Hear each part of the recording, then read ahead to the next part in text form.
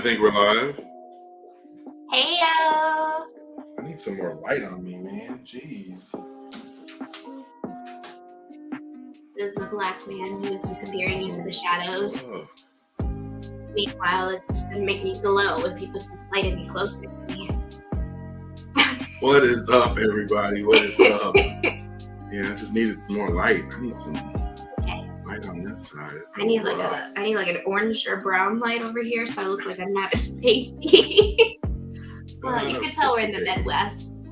Spacey Katie. Yeah, not near any sunshine really here. Actually, it's been warm here the last 2 days. I did go for a walk today, but did not tan during the walk because I'm decent. Yeah, unfortunately. But yes, we will be getting started shortly. My bad. All the noises. Matt, go lay down and quit tap dancing. Thank you, sir. Yeah. So, what is up, everybody? What is up? And give everybody a little bit of time to trickle in and come hang out. Who's all here? We see there's people watching, so go ahead and comment in the chat and let us know who you are, what you're doing, how your week was. How was your week? It was good. It was good. It was a little hectic at certain points, but it was good. Your job's good a little overall. hectic all the time. Yeah. You get used to it, but you also get annoyed by it. So it's all good though. I am thankful to have it. I know that for sure. Yeah. You're darn good at it too. I don't know about that. I do. I hope so. Yes. Very humble. Stevia, hello. Hey Stevia, welcome back. How goes it? Hope you had a good week. I felt like this week kind of flew by, but maybe it was just me. The weeks always seem to fly by. I always feel like that at this point. I don't know whether that's just a sign of being old or not, but the days sure go by a lot faster too. I look at the clock and I'm like, where did those last 4 hours go? Yeah, no. Into Netflix. Oh, goodness me. But yes, tonight we are watching a few more videos from Mr. Ballen. Yeah. Since we got such a good reaction last week when we did. I still didn't watch any more of his last week's on my own because I knew that we were going to be doing this and I didn't want to like watch something that you were going to be picking because I didn't know which one to choose. Yep. But probably after this video, I'll binge a few. Yeah. This is, I think, we want to move a little bit past doing these all the time. Maybe we'll sprinkle them in from here, or we'll sprinkle them in here or there if I can learn how to talk. But yeah, I think that's what we're gonna do as the next few weeks go by.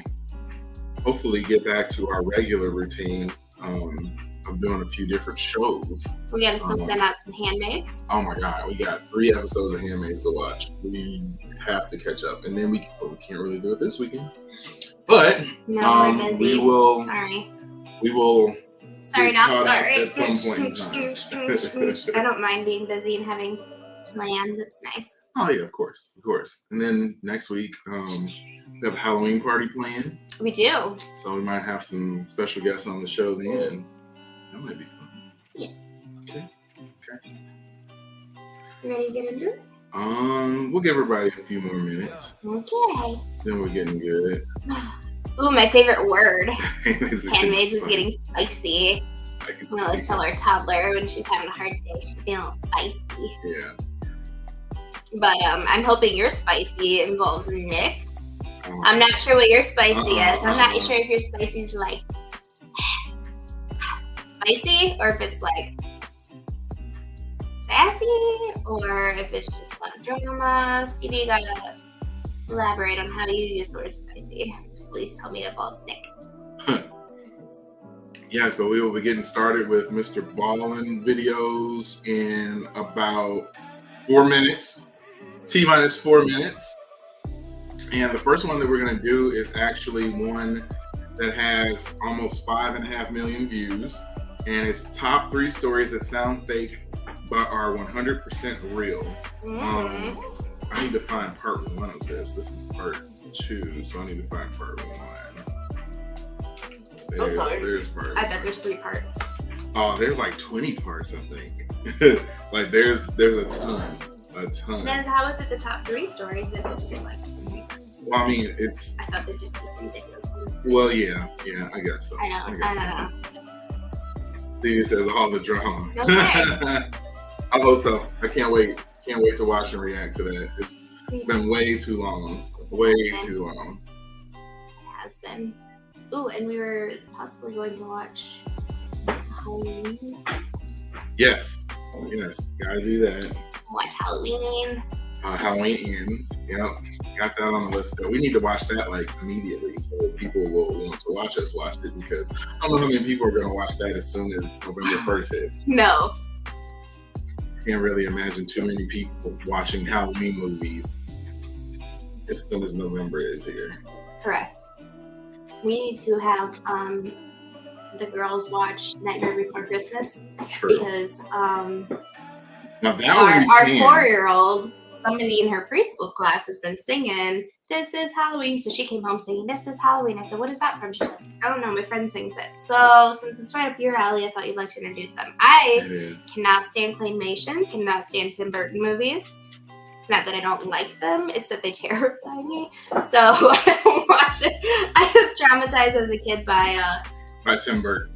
And no, by claymation with Frog and Toad Are Friends. Like, I used to love the book so much, and then 2nd grade, my teacher had us watch the movie, and it was like a claymation. They like built the little toads and stuff, and I love art and I love clay. But then when they came to life and they're like moving around like a little robotic, I was like, oh my god! And I had nightmares for a very long time. So I don't really do claymation stuff anymore. It's creepy. Yeah, the claymation stuff doesn't get me. I actually love claymation stuff. There's not much that does get you though. True. He's brave. Seen a lot. You just are brave. You have balls and I don't. Oh, I was there. Oh. Well, I hope you don't. I don't. Thank goodness. I don't. Thank goodness. I got so much to say right now, but I'm not going to say it.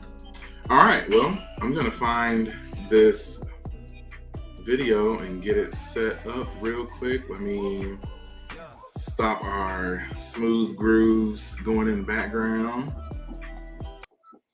And let me change the screen up a little bit. Little bits. And so Stevia commented and said that she's here. But we still have stalkers watching the show and not saying who they are. Yes. Who else is here? If you're in the chat, say what up. While I get this ready.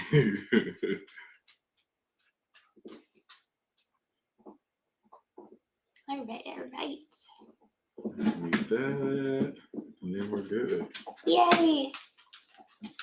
Oh, I was about to say it's not in my head, and then there we go again. Scoot over a little bit so you can. Maybe you just get a little close to me. There you go. I just need to start the show like with you on the edge of the table over there. Yeah, no.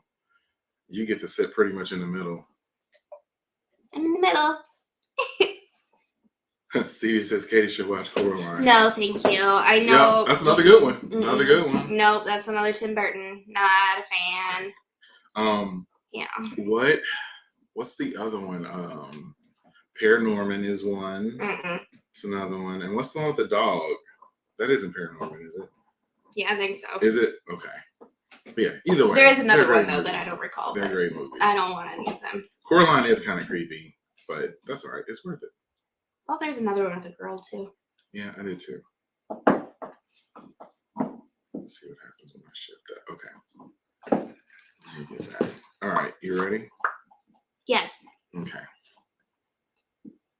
On this episode of Watch Stuff With Us, more Mr. Ballen videos. Part 3? I think so. Not sure, but I'm here for it. Right? Thanks for checking out another episode of Watch Stuff With Us. I'm JD. I'm Katie. And we are watching Mr. Ballen videos. If you like these videos and you like us even a little bit, hit that like button, hit the subscribe button, hit the notification bell so that you're notified each and every time we go live or start a video. We are live right now, and you could be live with us, but you're not because you're watching us on the replay. Every Friday, 7 p.m. without fail, most of the time. So, without further ado. Without fail, most of the time. Let's watch.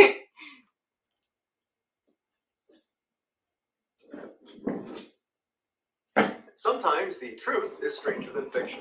Today, we're going to look at 3 stories that demonstrate that. But before we get into those stories, if you're a fan of the strange, dark, and mysterious delivered in story format, then you come to the right channel because that's all we do, and we upload 3, 4, even 5 times every week. So if that's of interest to you, please offer to take the like button out on your boat for a scuba diving trip. Let's do this is right. If they go underwater, just turn your boat around and head back to shore. Also, please subscribe to our channel. Yes, you are correct, all Steve. notifications so you don't miss any of our weekly uploads. All right, let's get into today's stories.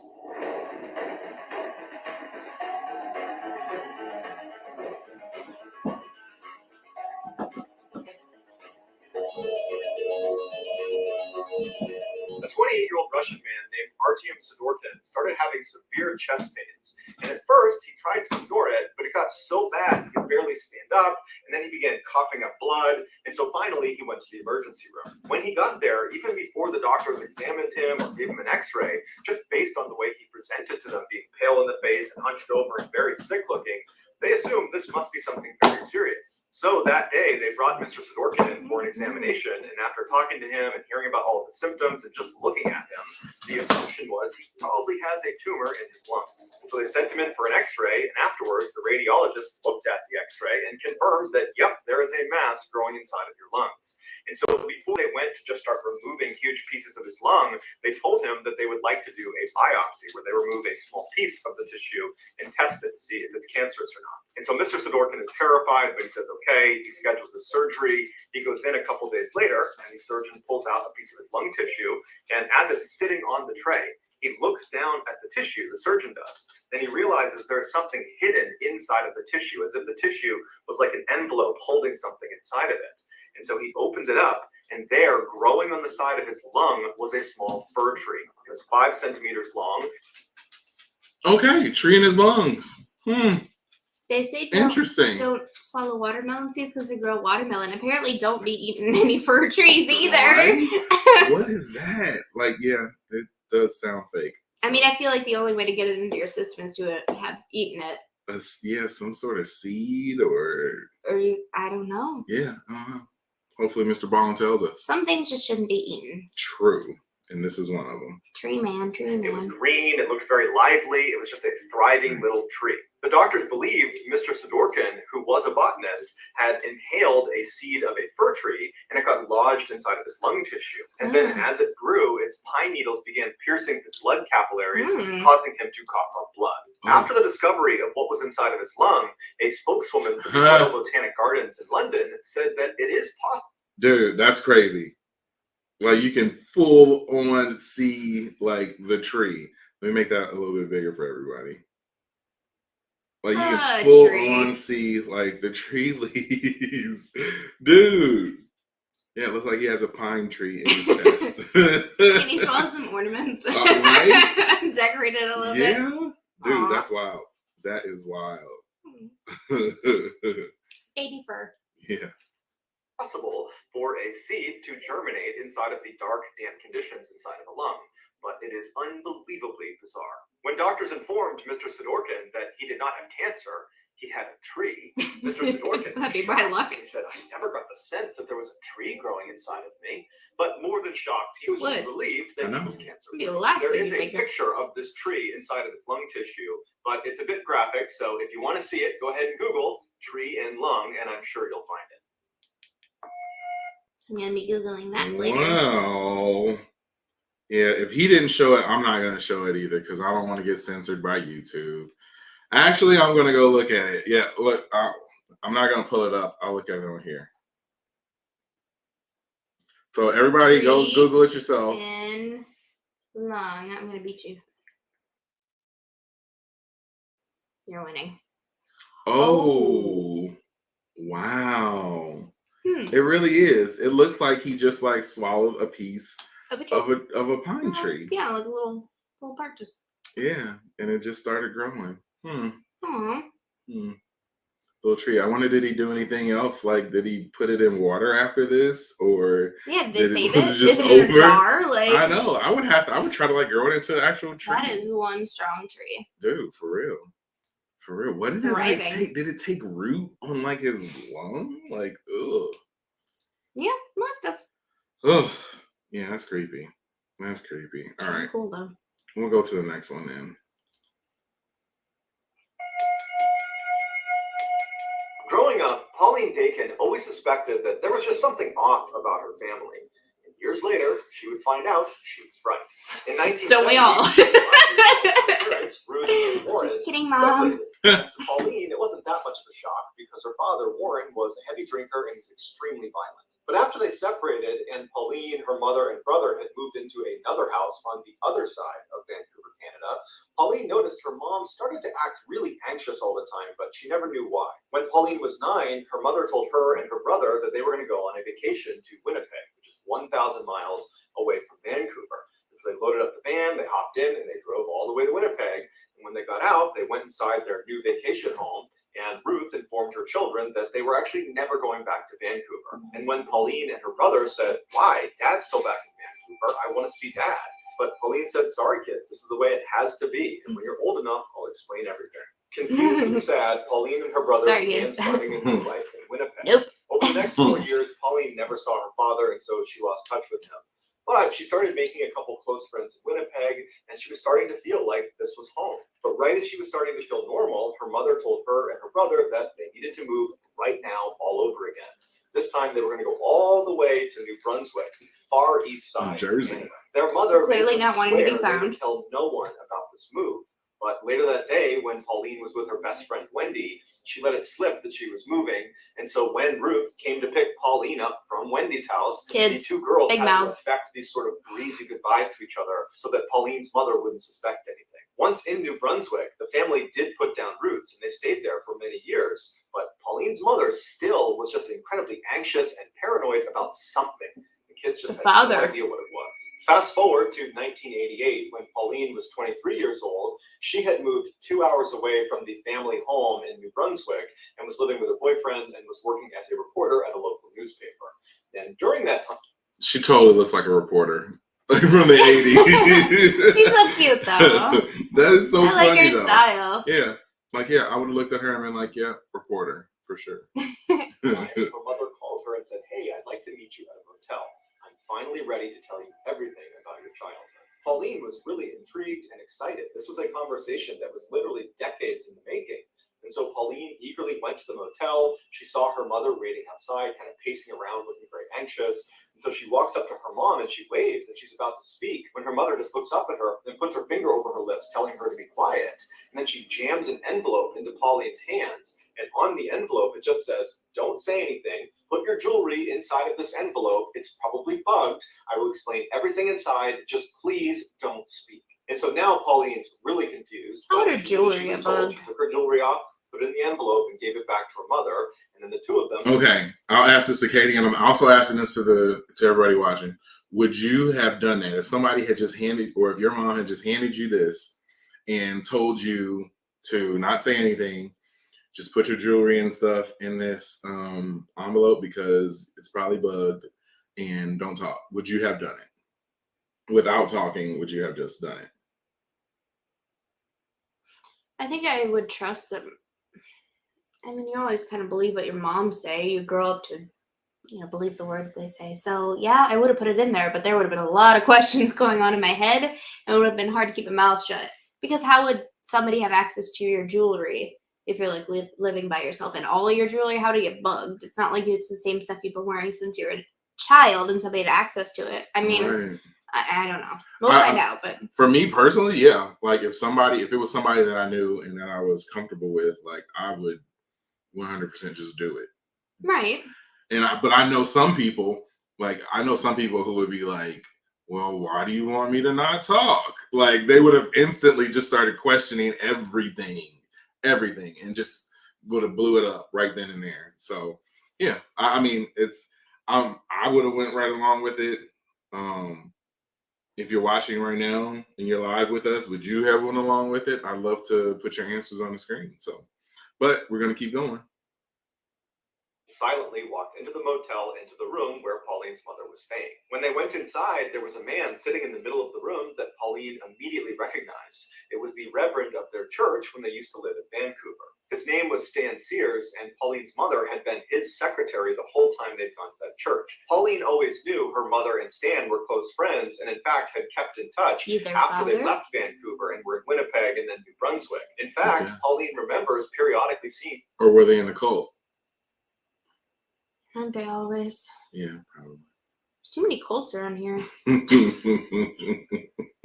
Creeping up. Show up in Winnipeg and New Brunswick to visit with Pauline's mother. So it was a surprise, but not a total shock when Pauline's mother confessed to her that in fact she and Stan had fallen in love. And in fact, they had a secret relationship from the time they lived in Vancouver. But this revelation was nothing compared to what Pauline heard next. Her mother explained that the reason they had to move so many times during her childhood was because Pauline's father, Warren, was actually a mobster and was a key member of the. You would have done it, yes. Right after they separated, Pauline's mother found out she had a hit put on her head, because the mob now believed that the husband could not control her anymore. Oh, mobster. She knew too much. Stan and also monster. found out that he had a hit That in his too. head because Ruth discovered that the mob wanted to kill him too because they knew about their relationship. And then also, apparently Stan was counseling a man that was in his congregation that wound up being a mobster. And so the mob believed this man. Even though most mobsters have side chicks. Yeah, they do. But if your wife is with somebody else, then they gotta kill you. Then it's a problem. Yeah, that's a problem. But you can have as many girlfriends as you want. I don't know, man. I'm not one of the ones that would be messing with somebody in the mob. So, I'll talk about this after this is over. Let's keep it going first. Stan, making him even more of a liability. At first, Stan said he didn't believe any of this, but when he found out the man he had been counseling had been assassinated, he knew it was true. They decided not to tell the police and instead go into hiding together because Pauline's mother knew what happened to families that snitched on the mob. They were made examples of. And so when Pauline and her family moved to Winnipeg and then to New Brunswick, Stan actually moved there as well in tandem, which is why Pauline had seen him periodically showing up at their house to visit with Pauline's mother. Pauline was understandably completely shocked, but at the same time, she was kind of happy to have some sort of explanation for all the strange things that had happened in her childhood. And so over the course of the next several hours, Pauline sat in this motel room with her mother and Stan and asked them every question she could think of. And she discovered that whenever she came home from school and she found her mother furiously pulling all the food out of the fridge and the pantry, throwing it all away with no explanation, that was actually because they found out the mob had tried to poison them. Or these 6 different times Pauline was unenrolled from the school she was at and then moved to a different school across town. That was because there was a credible threat the mob had discovered where Pauline was going to school. And so by the end of the weekend, Pauline not only learned about this totally crazy past she had, but she also learned that she was still in danger. And so before Pauline headed back home, she asked her mother and Stan what she should do to stay safe. And Pauline's mother said, well, that's actually the reason we called you here now. Because after all these years, we were just tired of being in hiding. And so we've already spoken to the authorities, and they've moved us into a special witness protection program for families connected to the mob. When you enter this program, it's referred to as entering the weird world, where basically you're not really safe, but you have agents that follow you around that are undercover. Well, you're not really safe, though. Dude. People are following you, but you're still not really safe. Right, like, okay. Have a good time. I don't. Good luck. Oh, I got so much to say after this is over. Best of luck. And before Pauline could even ask, her mother told her that as a measure of her and Stan entering the weird world, they asked that a couple of agents monitor Pauline and her brother, even though they didn't know they were being monitored. At this point, Stan reached forward with a radio and he said, here's a radio that actually broadcasts to the agents that are following you pretty much all the time. But you should only use it if you're truly in a desperate situation, because as soon as you call out for help, there are going to be people that are risking their lives to come save you. As Pauline is holding this radio, she looks at her mom and Stan and she says, well, what happened to Dad? Is he in jail? And at this point, Pauline's mother says, no, he's not. He's in the weird world too. And she handed Pauline a letter that was from her father. I'm sorry, the weird world. It makes me laugh. It spelled out that he had been moved into the weird world and he was looking forward to Pauline joining them at some point when she was ready. So now Pauline has this radio and this letter, and she's looking at her mother and Stan, and she's just totally overwhelmed. And her mother just tells her, go home, think about what you want to do next. And if you want to join the witness protection program and join the weird world with us, just let me know. And we'll You're in the weird world with us. That sounds like a shirt. Gives her mom a hug and gives Stan a hug and says, okay, bye, I'll be in touch. And she leaves the motel and she gets in her car and she's about to back up when she looks and sees Stan running outside holding something in his hand. And so Pauline stops. Stan runs up to the window. He says, hey, I forgot to give you this. And he held up this round piece of metal that he told her was a GPS transponder. It was magnetized, and she should put it out of sight underneath her car. And what it does is it constantly gives off her location to the agents that are following her. So if she was in trouble, it would be easier for them to find her. And so Pauline thanked him, put the transponder under her car, and Stan went back into the motel. And so Pauline went back home with the intention of just digesting this information, knowing that she was being watched, she had this radio, she was, relatively safe. And her plan was to just give it a couple of days before she committed to joining the witness protection program and joining the weird world. But after only a couple of days, her paranoia was so high that she dumped her boyfriend, she quit her job, and she moved out of her house into a separate apartment. And she called her mother and said, I can't take it anymore. I feel totally unsafe. I want to join the weird world. Like, I get that. I totally get that. Like, you can't give somebody that type of information. I want to join the weird world. I can't. You give somebody that type of information, and they're going to, like, lose it and think that, like, somebody's watching them at all times. Like, I would be super paranoid. Like, really paranoid. And normally I'm like the type of person who, like, okay, if I go into a restaurant, and we talked about this before, if I go into a restaurant, I always sit so that I can see, like, the door. And, like, I'm that type of person who looks for, like, the nearest exit when they go in somewhere. And just because of the way that I was brought up. But I couldn't imagine to know that, like, the mob was looking for you, or they could be after you. And it's not like the mob is going to wear a shirt that says, hey, I'm in the mafia. Like, no, they're gonna look like normal people, and you would never know, like, if they were about to, come up and kill you or something like that. Like, that's super stressful, dude. I'd be losing it. Totally losing it. Totally losing it. If somebody told me, I'd probably just laugh and be like, I'm not surprised. Yeah. I mean, weird stuff always happens to me, so I'd be like, all right, let's just roll with this. This is not a surprise. I mean, does that make sense? Yeah. It's my life. Yeah. He knows me well enough Of to know course. all the things happen to me, so yeah, all it would not.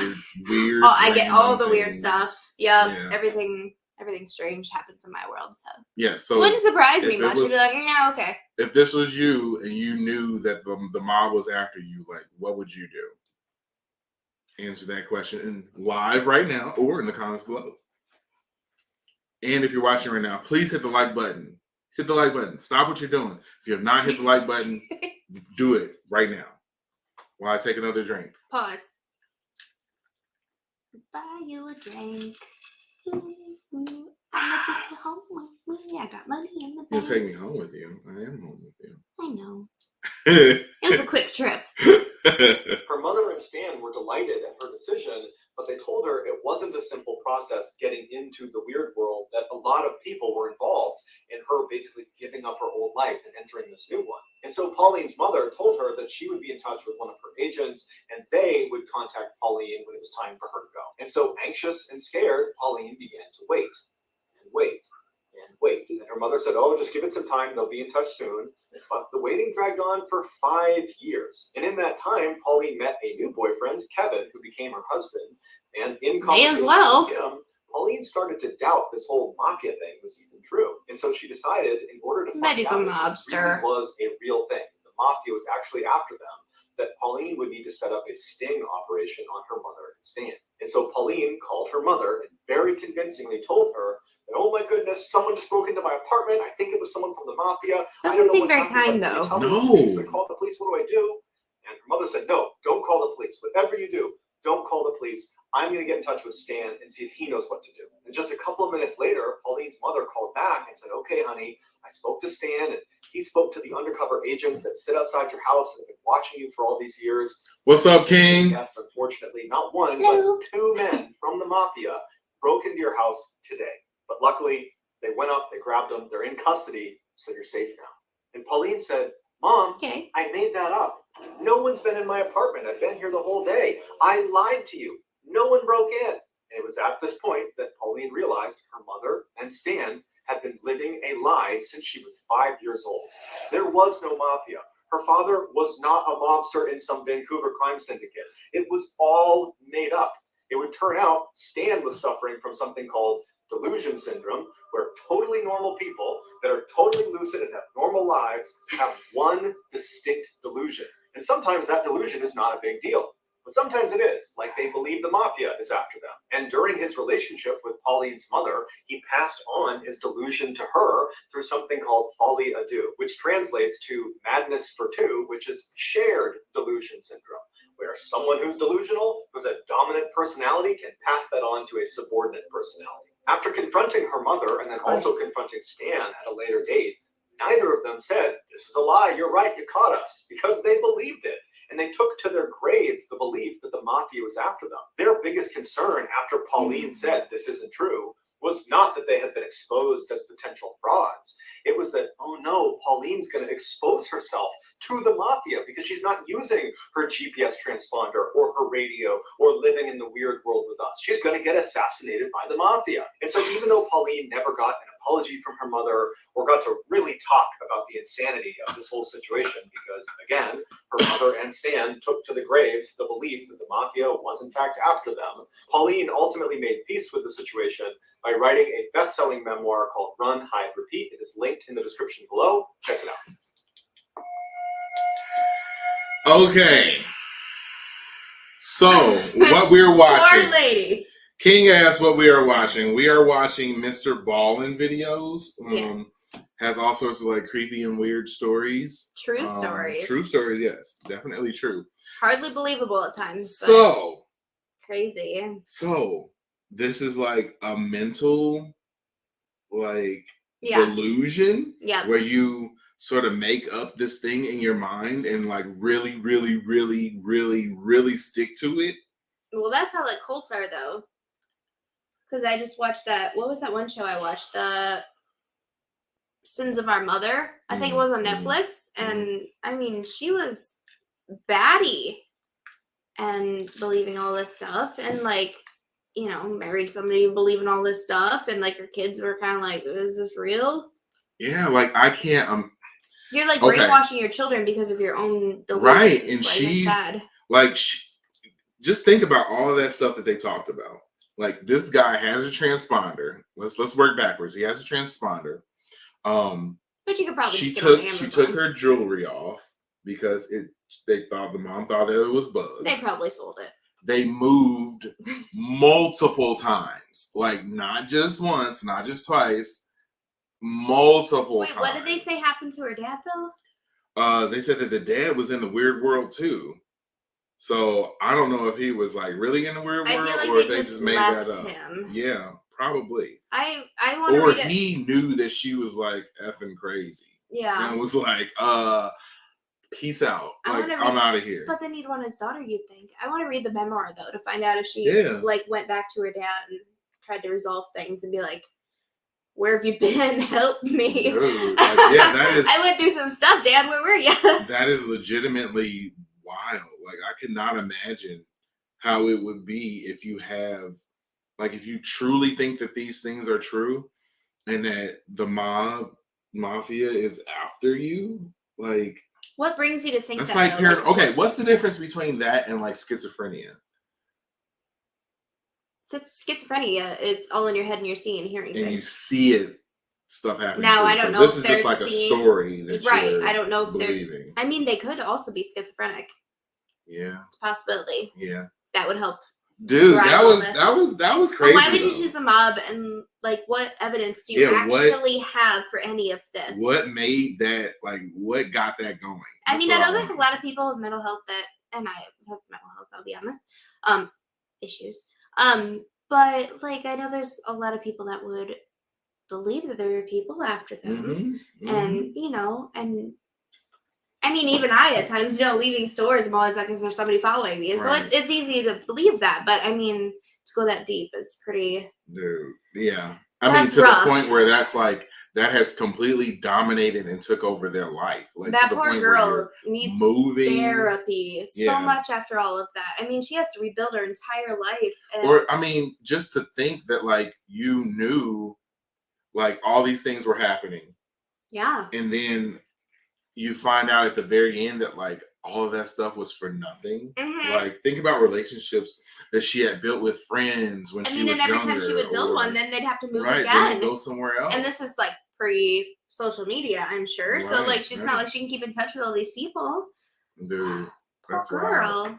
That's Broke wild. up with a boyfriend. I mean, she found a new guy. That's good. I'm glad she married him. I hope he's Yeah, I stable know. and can help her with all of the Yeah, trauma that get she through went that through. My stuff. goodness. Man, yeah, that's crazy. I All wonder right. I wonder what her mom and stepdad are doing now. Are they Yeah, just man. out doing their own thing somewhere in the world? Sounds and like she, you cut need ties? you need to read this book. I do need to read the book.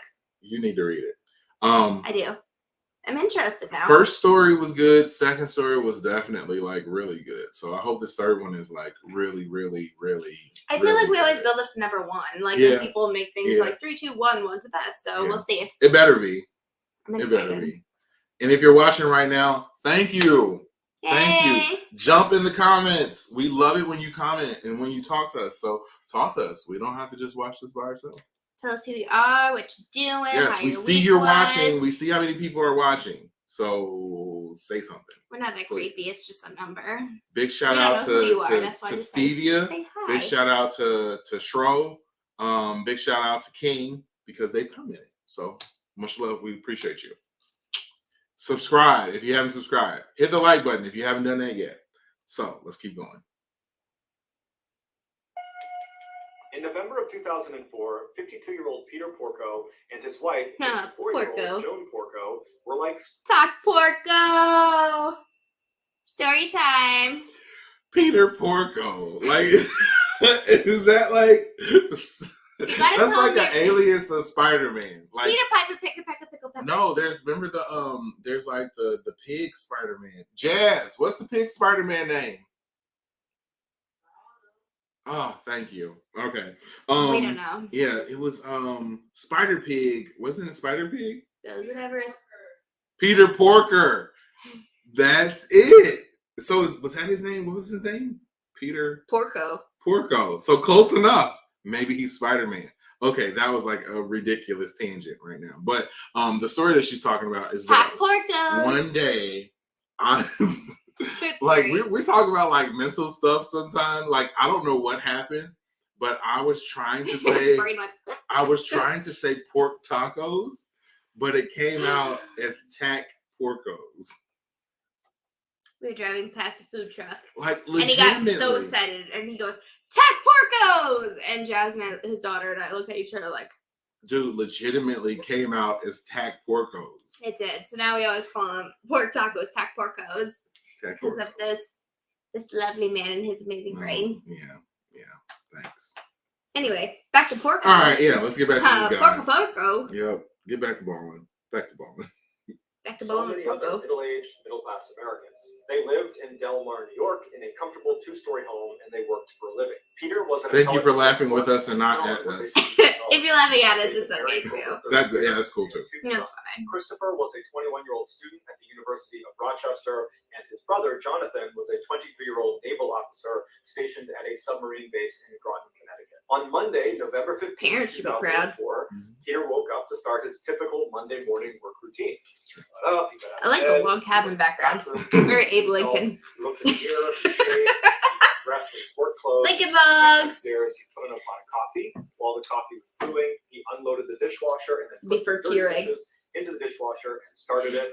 He wanted to get his newspaper. So he went outside, he got his newspaper, Don't but mind he me. realized he locked himself out of the front door. So he got the spare key out from underneath the mat, opened the front door, went inside. He sat down, had some coffee, read the newspaper. After a few minutes, he put his coffee cup in the sink. He packed himself a lunch in his lunchbox, and then he headed to the door to head to work. Peter was known as a very reliable employee who was also very punctual and rarely missed work. So when he didn't get to work that Monday morning, the court was a little bit confused. They called him to see if he was okay. He didn't pick up. So they dispatched a court officer to go make sure he was okay. And so the officer arrives at his house. He sees cars in the driveway. Front door shut. He goes up. He knocks on the door. Nobody answers. He tries the handle of the front door. He realizes it's open. So he opens the door and he yells out, "Hey, I'm just looking for Peter." And the door hits something on the ground. Pokes his head inside and looks down. And there on the ground, Peter? the thing blocking the door, is Peter Porco's body. He's clearly deceased, and he clearly has a massive head wound. The court officer steps outside immediately, calls 911. Local police show up. They go inside, and sure enough, Peter is dead. They go upstairs, and they find his wife, Joan, in bed, also with a massive head wound, but she was still alive. Joan was rushed to a hospital where she underwent emergency surgery and then was put into a medically induced coma. Meanwhile, the police began their investigation into who could have done this. They quickly discovered that the home's alarm system had been smashed and a phone line, because there still was landlines at the time, had been cut from the outside, and a screen in one of the windows had been slashed that looked like the way someone climbed into the house. However, nothing appeared to have been stolen because police almost immediately found Peter's wallet with money inside of it still sitting in the house, as well as very expensive jewelry they knew the belonged to Jones still sitting in the house. As they continued to search the You knew the victims, you're out for vengeance. Yeah, and you weren't looking for money, so it wasn't a robbery. Obviously, vengeance or it didn't sound like anything else was anger. Like disheveled or upheaved in the house or anything. Right, it's not right. like you were looking for something specific. You were just looking for the people. There's Peter Porco. Porco. That was his problem. Poor guy's doorstop now. Yep. And if one of his sons did it, it's because their last name was Porco, and he was mad because he passed that name down to him. Like, I'd be mad if my name was Porco. Oh, talk Porco. JD Porco. JDP? JP? Jeremy Porco? Nah, you gotta change your name. Yeah, for real. You gotta change it. What would go with Porco? Especially that one guy who was in the Naval Academy or something. So, they just yell at his last name. Porco! Porco! Porco! Porco! All the jokes. Poor guy. Some of us are just dealt a bad hand. They discovered a fireman's axe that belonged to the Porcos, hidden inside of one of the bedroom closets. I wonder if they have a side of their houses as the Porcos. The Porco sons had been away during this I'm attack. sorry. John was on his submarine in Connecticut, and Chris was at the University of Rochester. Apologize if your last name is Porco. Chris found out about the attack on his parents when he saw a news report. Because this story of this innocent, typical-seeming American couple in a quiet suburb getting struck down by some axe-wielding maniac had gone totally viral, and it was all over the news. Axe-wielding maniac. He phrased it that way. About his parents' death. Here's the recording. Hi, my name is Chris Porco. I was just called by the Times-Union saying that my parents were found dead this afternoon. I was wondering if you had any information on me. Hey, Chris, where are you? I'm at school in Rochester, New York. Okay. That's so awful. He was calling them to find out if they had any information on. They must not have contacted the kids. Right. Like, what the That's hell? your job. You contact the next one. Yeah, how does that happen? Dude, and he sounds so calm. Like, I would be jacked. Maybe he put a hit on his family. Oh boy. All right, let's see. Never know. Okay, you're in Rochester? Yes. Okay, and you're hearing from the Times-Union? Yeah, they said my parents were found, I guess, I don't know. They didn't say how or anything. So you will be here probably, you're going to go right to Albany Med? I don't know. I don't even know where my mom is, but... Yeah, she is at Albany Med. Okay, do you know her condition? No, because I haven't talked to her. Let me give you my pager number. As you can tell, Chris is extremely emotional. He's beside himself. He can barely speak. He's so upset about what's happened to his parents. Now, actually, he sounds as calm as... I was going to say, he don't sound... Because Chris Porco was actually a psychopath, and he was the one who attacked his parents with the axe. As it turns out, Chris was failing at school and taking out huge loans in his father's name by forging his signature. And he's probably surprised his mother is still alive. Porco, their son, a strongly... That's why he's checking the status on her. This behavior has to stop, and they're very disappointed in him, but they love him, and they will help him get back on his feet. Chris responded by driving home in the middle of the night, sneaking into his house, and attacking his parents with an axe. While this case is already disturbing and horrific and tragic, it's what happens to Chris's father after the attack that makes it one of the most brutal cases of all time. After being struck 16 times in the head and laying unconsciously in his bed as his son snuck out of his house, Peter suddenly sat up and began his morning routine. He got dressed, he went to the bathroom, he shaved.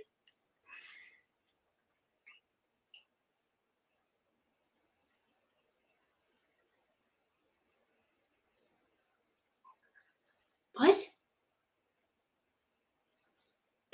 He went downstairs, he made coffee, he did his chores, he went outside to get the newspaper, he got locked out, he got the key from under the mat, went back inside, he packed his own lunch. When he was finally ready to go, he headed for the door, and then he collapsed and he died.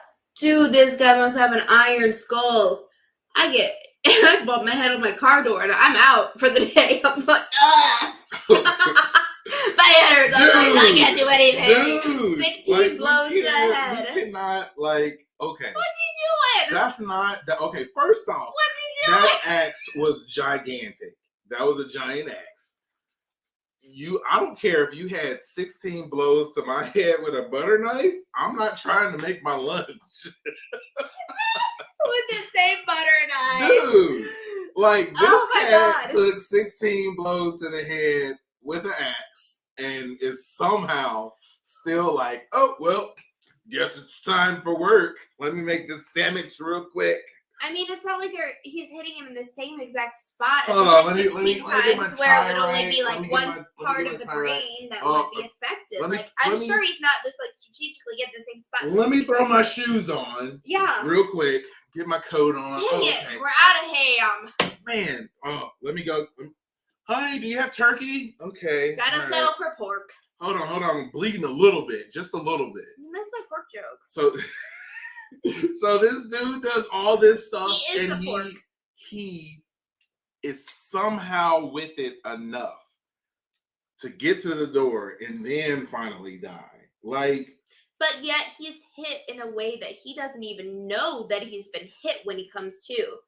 He doesn't realize he's injured, or else he would have gotten the phone and called for help. Instead, he got up and thought he was just getting ready for work, and he just thought that he took a nap. He took a nap, or he had drank a little bit too much. How do you not feel the pain, though? And it was just, like, truly, I bump my head on anything, and I'm maybe like, oh my God, I'm down for the day. Maybe it was shock. Like, I don't know. Maybe it's shock. Like, you can be in shock so much that, you don't feel anything. I mean, personally, I've been in a situation where I was in shock, and maybe that was the reason why I didn't feel any pain. Did you make a sandwich? People obviously thought I should have been in pain. No, I didn't make a sandwich. But, maybe I should have made a sandwich. I don't know. But let's watch the end of this. Maybe there's something else, like, crazy, too.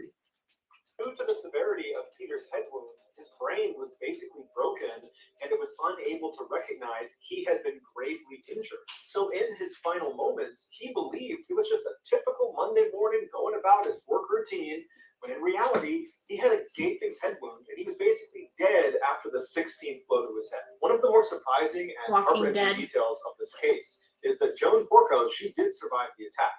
And after she came out of that medically induced coma, she said she forgot all the details of the attack, even though when she was discovered in her bed, she did indicate that Chris, her son, was the attacker. Nonetheless, she got together $250,000 to post Chris's bail, and she allowed him to come stay with her during his trial. And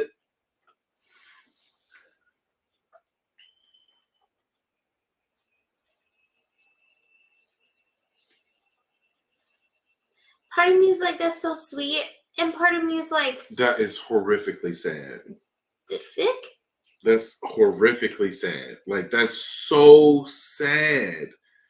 Dude, like that, man, like, okay, these videos do something to me that they make me feel. Like, I get that. I get why he's so popular.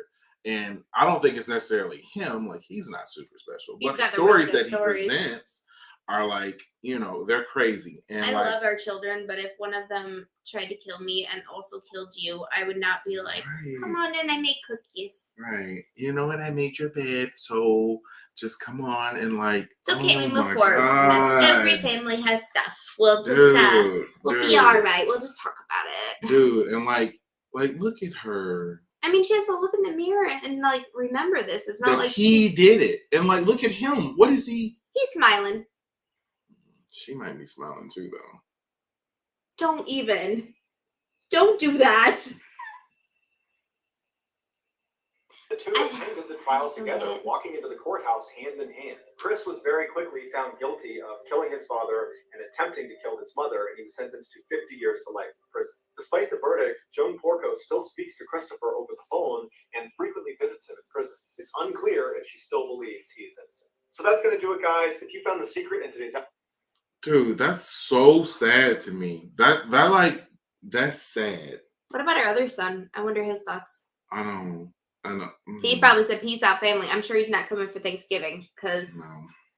his mama is probably spending Thanksgiving in jail with the other son. So Dude, that's really sad. he's That's not really bringing sweet sad. potatoes. I feel really bad for them and the fact that they were able to, or that she, you know, I guess loved her son so much that she was, I guess she had forgiven him, or maybe because she didn't remember what had happened. Maybe. But still, somebody tells you, and you still.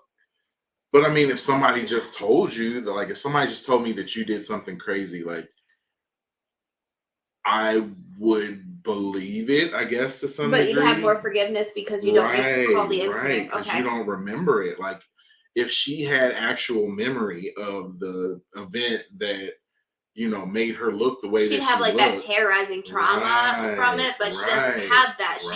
She just has, you know, what she sees in the mirror. Right. So like I understand it when it comes to that. See how we processed that? That was pretty good. But because we worked with mental health for years. True.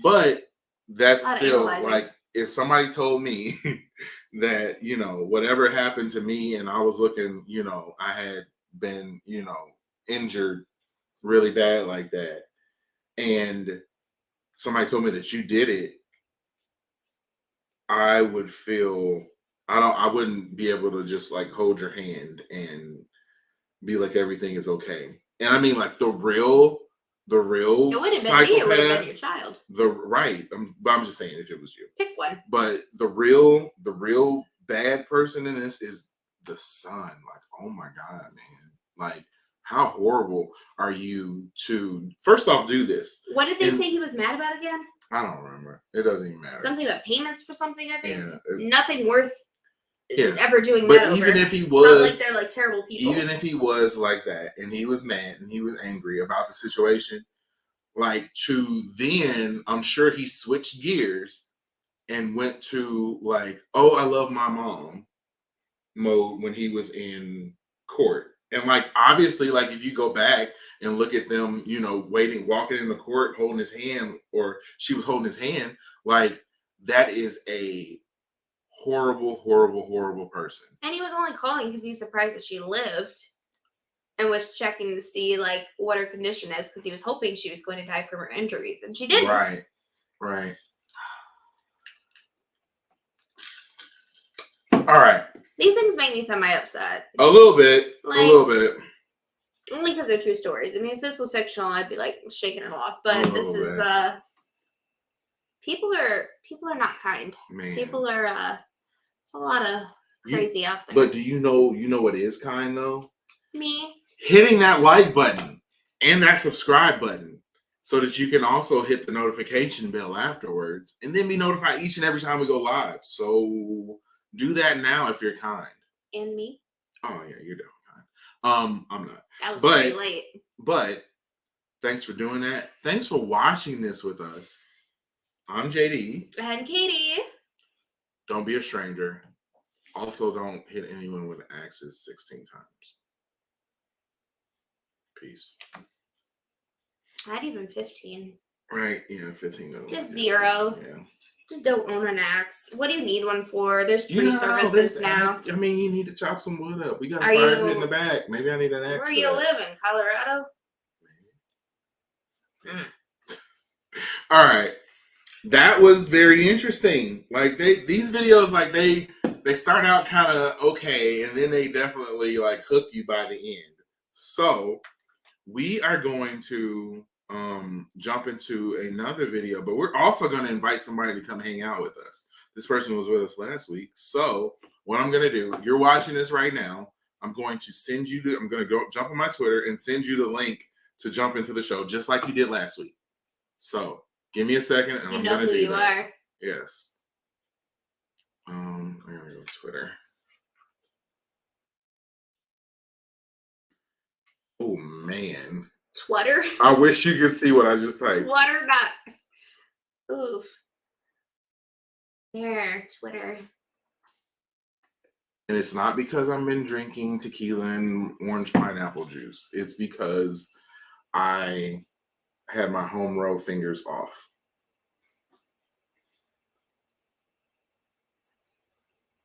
Okay.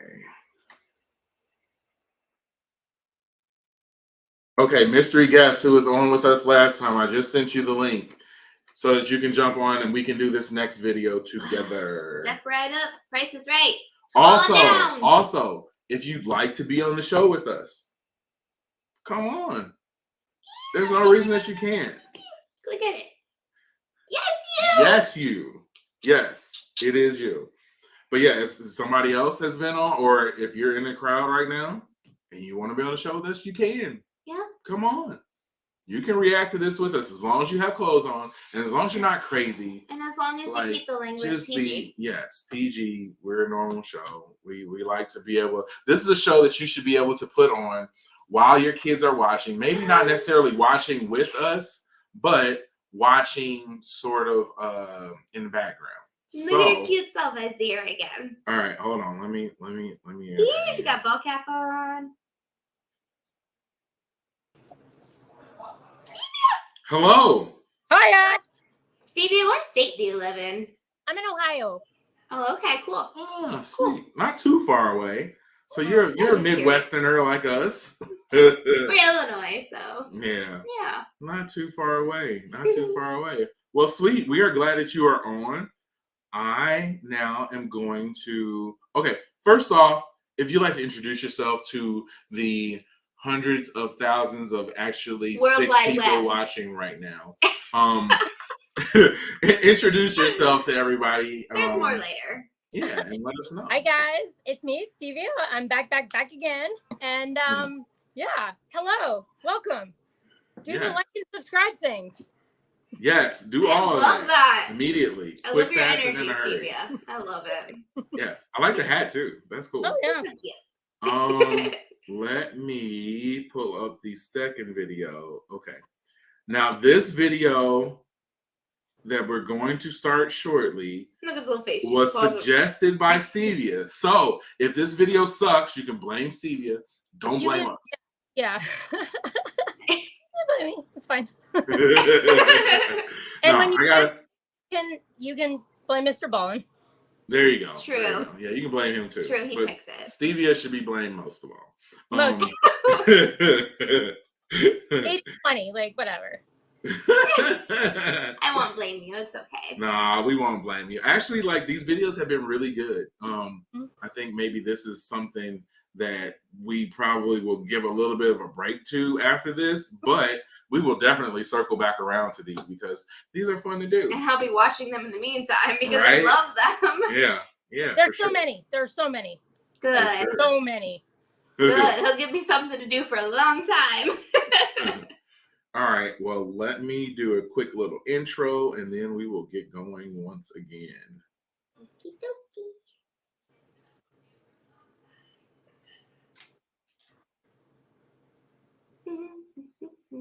Okay. All right.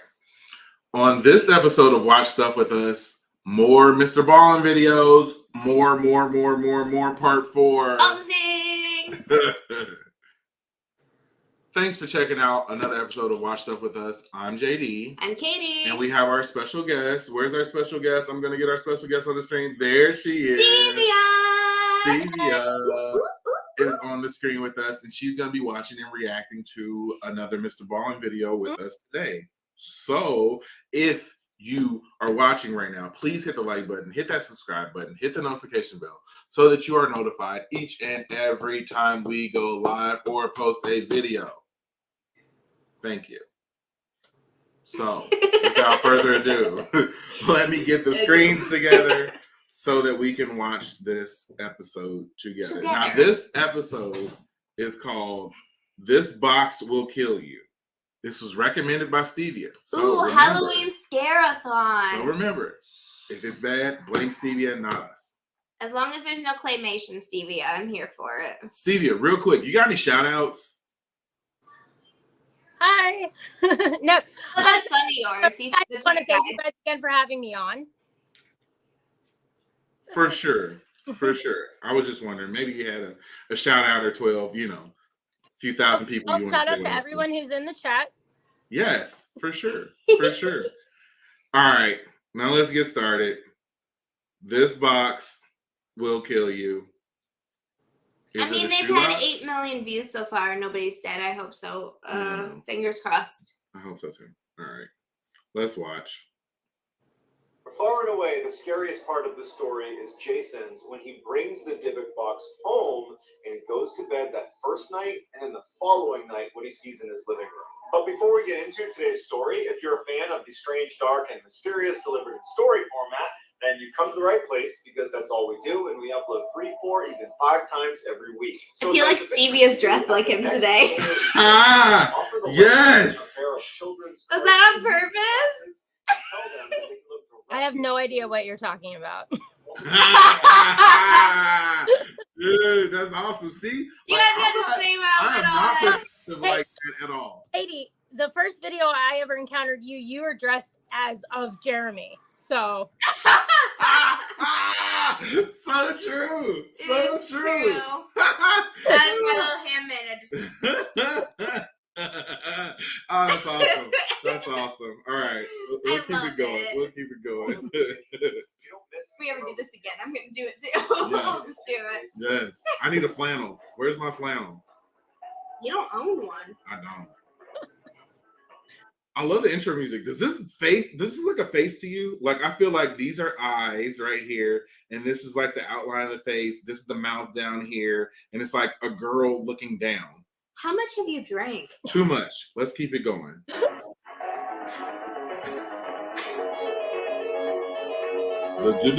box. Kevin Manus owned an antique shop right in downtown Portland at the base of the Burnside Bridge, which is considered the gateway to the city. Because Kevin owned this antique shop, he was always at yard sales and estate sales, looking to find the next thing he could sell at his shop. And so one day there was this estate sale over at this woman's house. She had just passed away. She was about 103 years old. She was a Holocaust survivor, and her estate was being sold. And so he goes over to the house and he sees the way they're selling all of her items is by bundling them in different lots. So depending on what item it was, they'd be bundled with similar items and then sold as a package. So the people there would be bidding on the whole lot. They couldn't buy individual items. And Kevin had his eye on one particular lot called Lot 29.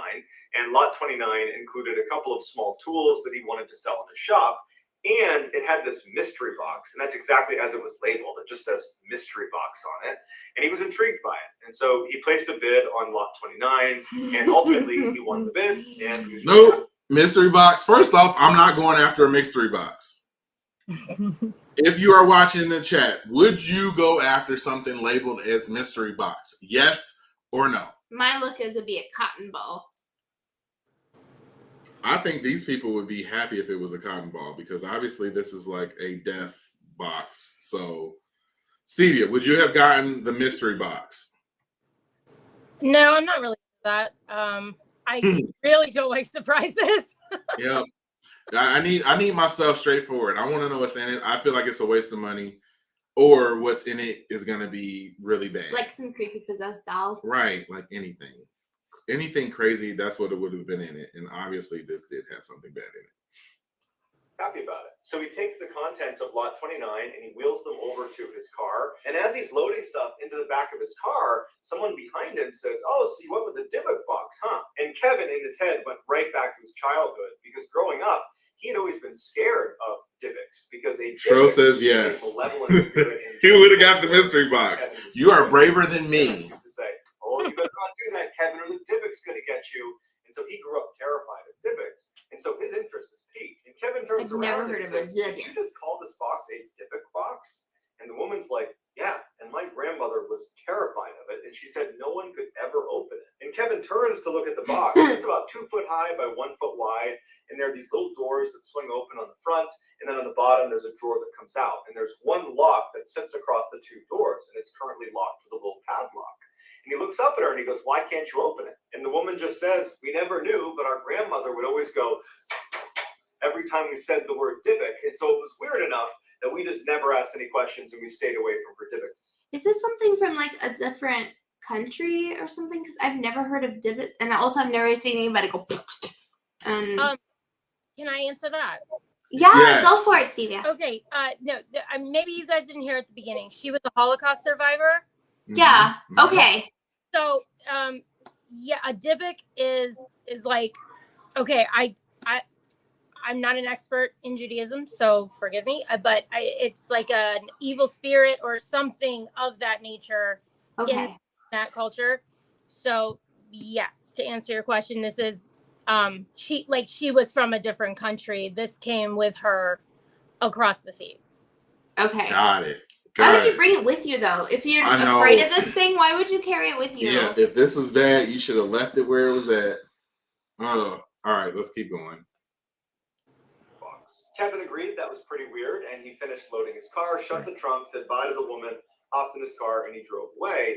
And he never really gave it a second thought. At this point, he's not thinking the Dybbuk box is anything malevolent. He thinks it's just some random chest that he won at an auction. Kevin drives back to his antique shop, and he begins unloading all the things he won at the I wonder auction. how much he paid for it. He brings them inside, and he brings them downstairs, because the top floor, the main floor, was really where he sold things.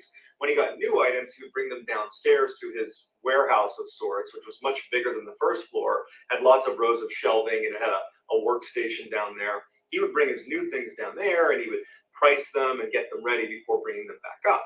And at some point, he brought the Dybbuk box in, and he brought it down, and he put it on the back table. He was about to just leave it there and go back upstairs when suddenly he became really curious, and he really wanted to open the Dybbuk box. And so he goes over and he kind of yanks on the front two doors. He doesn't want to damage it, but he can tell this lock is relatively new, and it's not just going to come off. And so he doesn't have the key to it, and he doesn't have a way to clip the lock. And so he takes a screwdriver and he basically wedges it underneath the actual metal clasps that are attached to the wood. And he slowly kind of bends it up and bends it off and pops it out of the wood.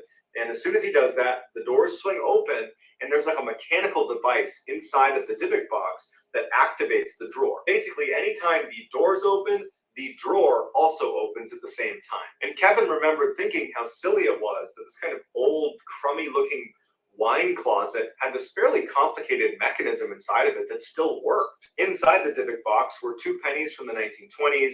There was a used candle. There were 2 locks of hair.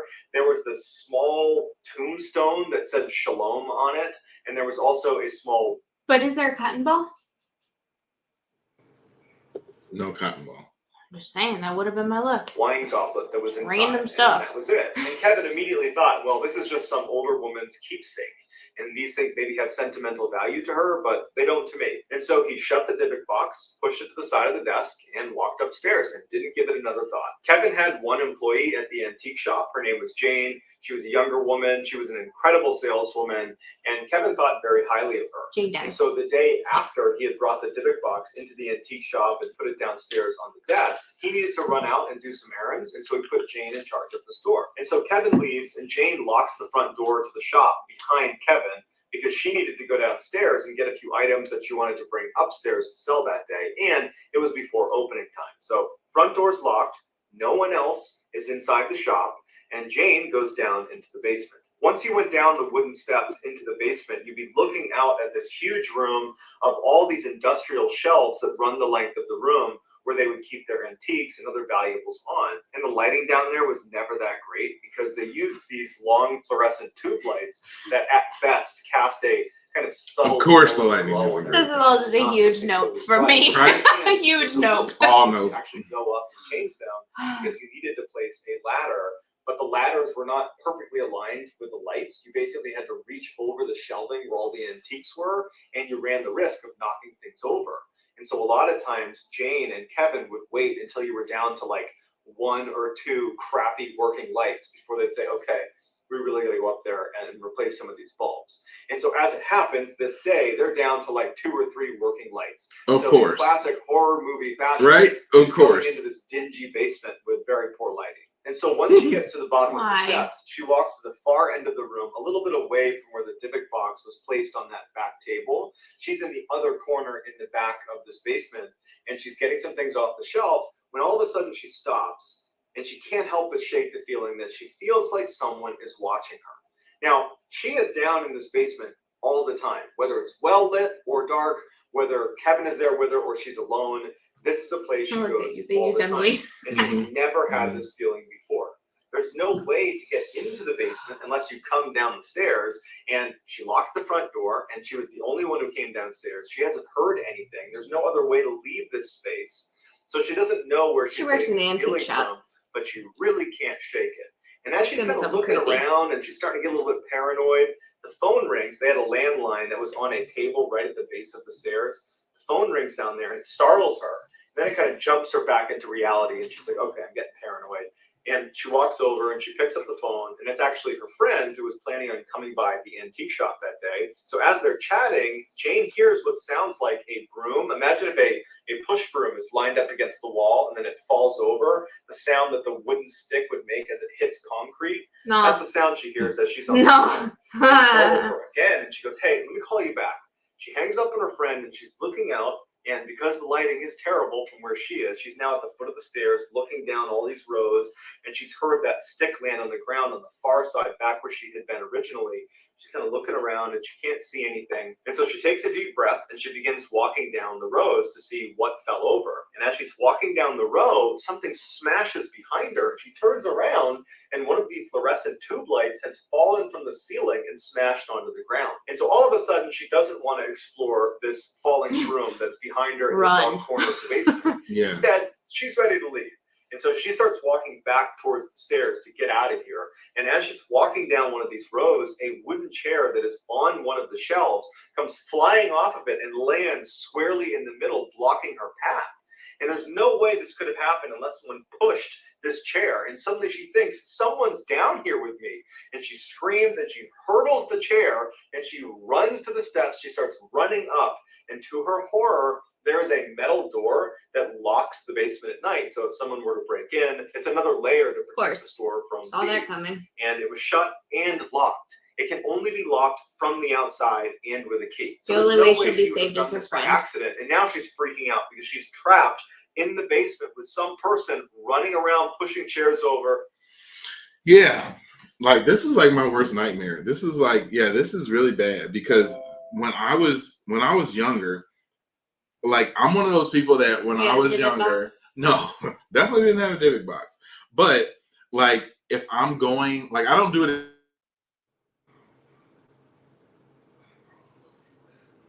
Oh, Where'd we go? Oh, there we go. There we go. okay. Sorry. So We're we're back. wait for a second. Yeah, I would go from our basement, like, you know, my old house. Yes.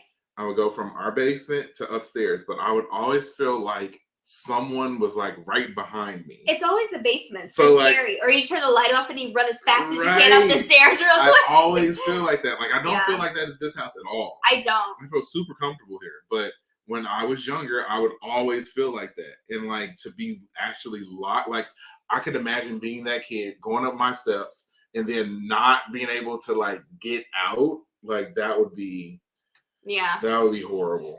That would be horrible. Like, I'm getting anxious just thinking about it right now. Like, I can see it at your old house too. I'd also be launching those stairs. Yeah, like I mean, it's a lovely house, but I could see how it could be creepy. Yeah, I'm getting anxious like right now thinking about it. Like, that's bad. That's bad.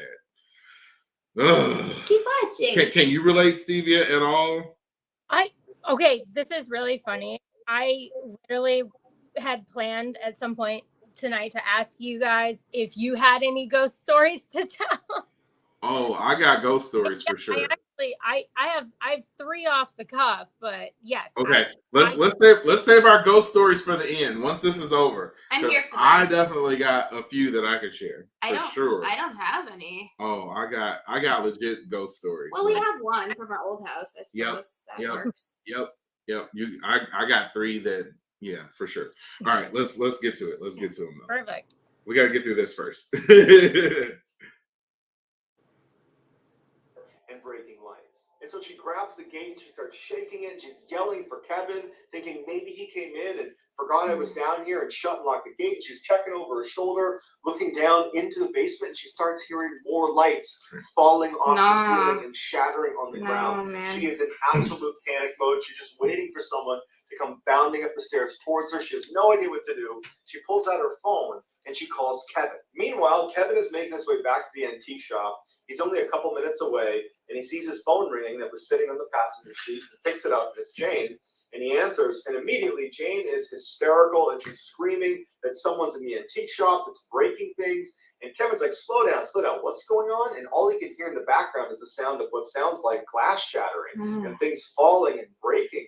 He's like, wait, what's going on? Are you okay, Jane? Like, where are you? And he hears her say, someone's in the basement. And he goes, well, where are you? And she's like, I'm in the basement. And he was like, get out of the basement. Call the police. Someone is But as me. he's trying to get her to do that, the phone cuts out. Kevin was only about a block away from the shop, so he floors it to his shop. He parks outside, and he's thinking to himself, what am I walking into? Is there going to be like an active burglary going on? Is she going to be held hostage? Like, are the police going to be there? But he just knows he needs to get in there to Jane, and he gets to the front door, and it's locked. So he unlocks the front door, and he goes inside, and it's silent. He's looking around. There's no damage to the first floor. There's no damage anywhere. And he yells for Jane. There's no answer from Jane. And he starts walking kind of tentatively through the store towards the back. And he gets to that door leading down into the basement, the same one that Jane couldn't open when she ran up the stairs to get out of the basement. And he looks at it, and Jane's not at the top of the stairs anymore. And he's thinking, I didn't lock that door, and I'm the only one with the key to lock that door. How is it locked right now? Does Jane have a key that I don't know about? And why would she lock it? Does that mean Jane's up here somewhere? Is that what happened? And he's like, Jane, come out. Did you lock this door? But Jane's not on the first floor, and their first floor is very small. And so he thinks, okay, she has to be downstairs. And so he opens up the gate, he slips it open, and he starts walking down the steps. And he's really cautious as he's going down because, again, he has no idea what he's walking into. He hits the lights, but the lights don't work down there. And as he starts... Okay, why is he going down to the basement too? Like, I would have opened the door and called for her first, at least. I probably would have called the cops first. No, I definitely want to call the cops. But like, if this was better you, to have them just in case. I wouldn't want to go down by myself. You never know what you're gonna see. Like, hey, you down there? Hey, I wouldn't have been going in alone. I'm not just going straight down there, all like, I would not work in an antique store alone. I would not work in an antique store at all. Yeah. Antique means old. Old means dead people own these. That means haunted. That means nope. Stevia, are you running straight down there or not? Oh, well, I mean, me, as the business owner, yes. But since I'm not the business owner, no. Nope. Right. Yeah. Yeah. I get that. Big no. Mm-hmm. I don't mess with haunted stuff. Like, I don't mess with that. Yeah. A lot of stuff doesn't scare me, but haunted stuff scares me. Yep. No, Same. I get that. Same. How do we always watch this stuff before bed? Into the basement. He sees Jane sitting at the chair right next to that table where that phone is, and she's just sitting there kind of stunned. And he goes to Jane and he's like, what happened down here? And he glances out quickly at all the rows, and he sees all this furniture that's come off the shelves, and there's glass all over the ground. And he's looking at Jane, and Jane's just showing no reaction. She's sitting there like she's in shock. And he turns to Jane again, and he says, come on, you got to tell me what happened down here. And Jane just goes, I don't know. I don't know how to explain what happened down here. I was walking down the row, and then I felt like someone was watching me, and then things are falling off the ceiling and the shelves. I've never seen anything like this before. Now, at this point, Kevin's adrenaline is through the roof. He came charging in here thinking, Same. Save Jane from some person breaking in and breaking stuff. But as far as he can tell, there's no one here but Jane. And so he decides he's going to take a flashlight and he's going to explore the basement because either there's someone here or Jane did this. So he grabs his flashlight and he starts walking around, and all he sees is a bunch of broken glass and some furniture that's come off the shelves and a couple other things that are on the ground. But other than that, there's no one down here, and there's no other way to come in or out of here besides the stairs. So after Kevin is certain that no one else is here, he turns to Jane, and he regrets this now. He says in an interview that he feels horrible about this now, but at the time, he's thinking to himself, this had to have been Jane. Who else would have done this? I don't know why she did this, but there's no one else here. And he goes, Jane, did you do this? And this is when Jane's emotions came through, because before she was in shock, now she's mad. And she goes, F you, Kevin. And she leaves. And she doesn't say another word. Same. She doesn't come back. She quits on the spot. But at the time, Kevin believed she had done it. So he was kind of like, oh, well. He was not even a little bit thinking the Dybbuk box had anything to do with this. Just a couple of days after the basement incident, Kevin's mother was supposed to come by the antique shop, and the two of them were going to leave and get lunch together to celebrate her birthday. As soon as she walked in, shouldn't there be a lot of questions? Like, I wouldn't be like, okay, if she just left and said F you and I'm out, like, I would have still like, hey, what happened? Like, I would have had to ask some questions. I mean, I think if he legitimately thought that she did it, he should have called the cops. Right. Something like that. Vandalism and stuff. Yeah, there should have been some sort of like follow up or something. Like I wouldn't just be like, you know, oh, she quit, so now let me clean this mess up. But I mean, like, how long did he know her for? Because if you're working with somebody for a long time, you kind of get a little bit to be like a good judge of their character. Right. And to like just call them out and be like, oh, this person's just nuts. I mean, when anybody I've worked with in the past, I'd believe them right away, and I'd be like, no, I know you're. Yeah. You said there's something creepy. I'm out too. Box. Weird things are happening. It's totally like what? Come on now. He knew Right. Box. Right? Yeah. Mm-mm. Yeah. Is right. So let's keep it. Into the shop, Kevin goes, "Hey mom, I got a gift for you." And he brings over this wrapped box and he sets it down on the table right in front of his mother. Is he gift or the divot box? He unwraps it and it's the divot box. Before Kevin can explain what it is, Why would you? Okay. Another question. Why would you give this to someone else? Like that thing would have been destroyed immediately. Or at least like if you don't think it's anything valuable, put it in the trash or something. Be like, all right, I just like bid on this thing and it's just got junk inside. I don't need it. I'm just gonna trash it. But hold on. Let me give it to my mom. Mm-hmm.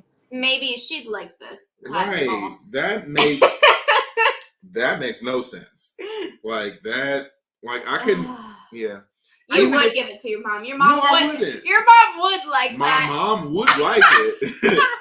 She would like something like that because she likes like older antique type stuff. Does. But I wouldn't have given it to her if I would have had any sort of. I mean, like, well, I guess. But he didn't think there's anything creepy about it. He hadn't put two and two together. If our haunted bench that I've tried to give my mom, if that bench, like, there's a little bench that we have, and if that bench was haunted, and I had any idea that it was haunted, I would not like give it to my mom. But this guy doesn't make any indication that he thinks that the divot thing is haunted, clearly, because he doesn't even think about it when he's accusing the lady of just being crazy. All right. So he just had already had it wrapped for his mom. Yeah, but he still sucks as a son. He does. Let's just go with that.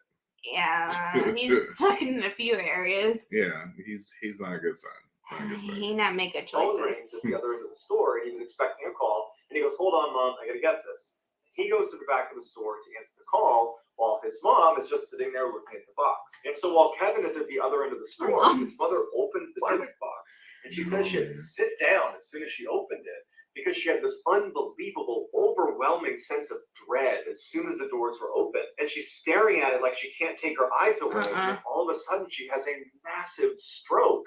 And so she keels over, and she can't move, and she can't talk. And Kevin sees this happening. He runs over, and he's like, "Mom, what's going on?" He calls 911. And as the paramedics are working on her, she would say that while she was in this kind of paralyzed state, when she couldn't talk and she couldn't move, all she wanted to communicate was to somehow get her son to get rid of that box. She didn't know why, but she felt like the box had something to do with her having this stroke. And so all she could do was move her eyes. And so she found herself, because her son's right here, looking at the divot box and looking away, looking at the divot box, looking away, hoping her son would see her eyes as a signal to look at the divot box and put it together that thing's bad. And Kevin does realize that his mom is flicking her eyes at the divot box, but in the moment, he's much more concerned about the health of his mother. And it wasn't until she got put in the hospital and she was being taken care of and he knew she'd be okay that he remembers, he kind of went over in his head later that day, that his mom was really scared looking. And she was looking at the divot box, like that was the thing that was causing her to be scared. Not the stroke, the divot box. And Kevin starts thinking to himself, I don't know, there's something off about the divot box.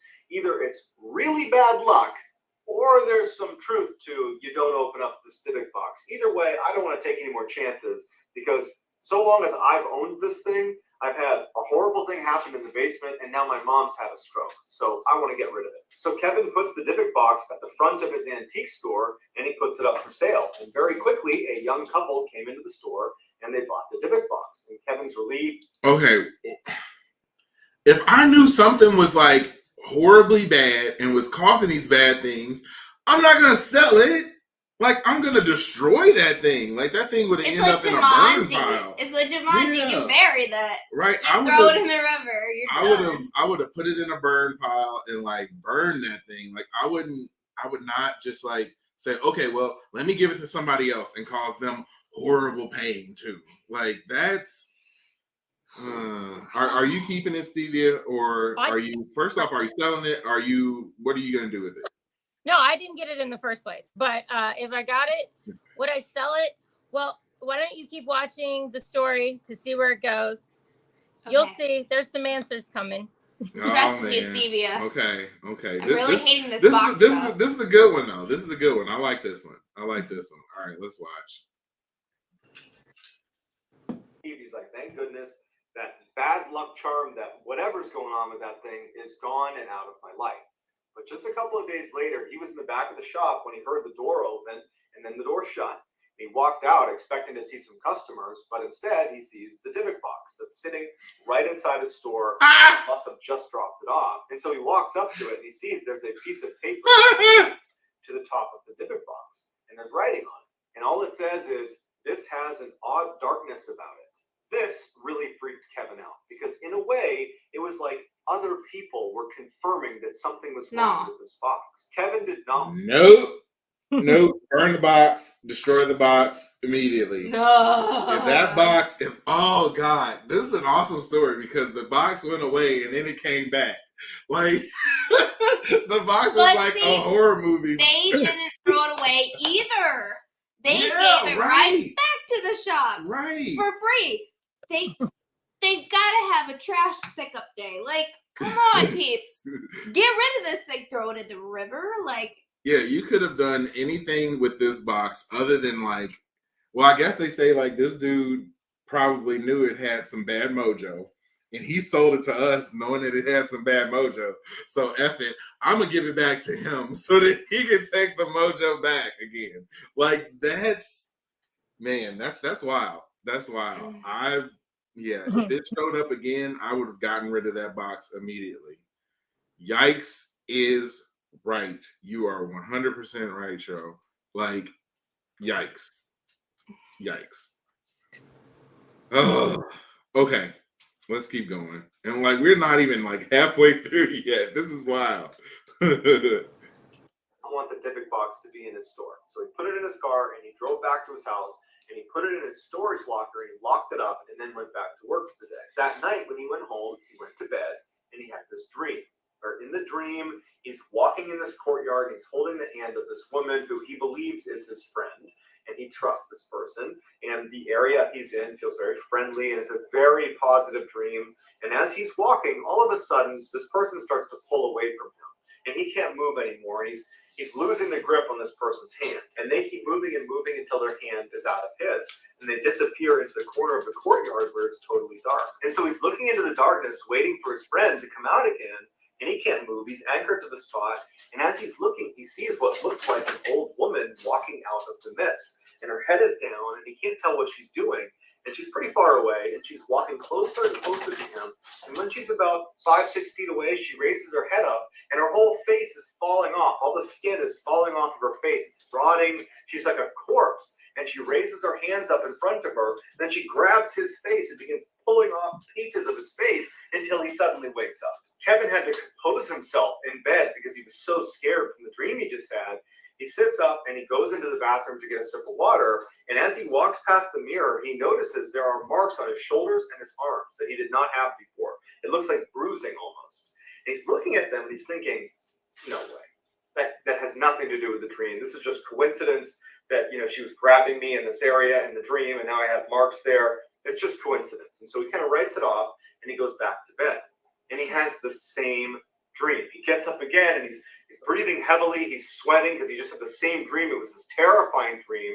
And he goes back into the... I had a dream one time and continued the dream. I've never had a dream, woke up, then went back and had the same dream again. Like, nah, man. That's... Oh. I have. No.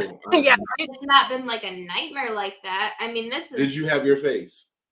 Yeah, I had my face, and I didn't have any marks on me. But this is when I start just chugging energy drinks and say I'm never sleeping again. But they're not gonna just try to go back to sleep after that. There's no way. That's terrifying. Dude, yeah, it's one thing to like have this horrible dream once, but then to have it again. No No. thanks. No thanks. Don't sleep. Right? Yeah, I'd have to give up sleeping altogether, like completely. I don't need sleep, you know. Trying to keep my face. All right, we'll keep going. The bathroom, and now his entire back is covered in bruises. He has bruises all over his back, all over his arms. He's got red marks on his neck. And now, in his mind, he feels like it has to do with the Dybbuk box. The Dybbuk box is now in my backyard. It's not a coincidence that all of a sudden I'm having these horrific dreams Bring it that are home with you. apparently manifesting themselves in bruises and marks on my actual body. And so Kevin is done with the Dybbuk box, and instead of going back to bed, he goes to his computer and he puts the Dybbuk box on eBay up for sale. And that night, two college students named Why? Brian, who lived in Missouri, He wants to make they money buy off the it. Dybbuk box, and Kevin could not be happier to package that thing up and ship it off. Sam and Brian. Stop. Why are you still okay? Come on now. Like, okay, you deserve what this Dybbuk box is bringing you if you keep trying to sell it. Like, stop trying to sell it. Get rid of this thing. Like, I don't care about the $13 that you're gonna make off of this box. Like, burn this thing. Like, it needs to go. Use a hammer, smash that. Like, Dude, where's the go. dude with the axe from the last story? He needs to chop this Dybbuk box up. Like, for real. Yeah. Dude, come on, man. Come on.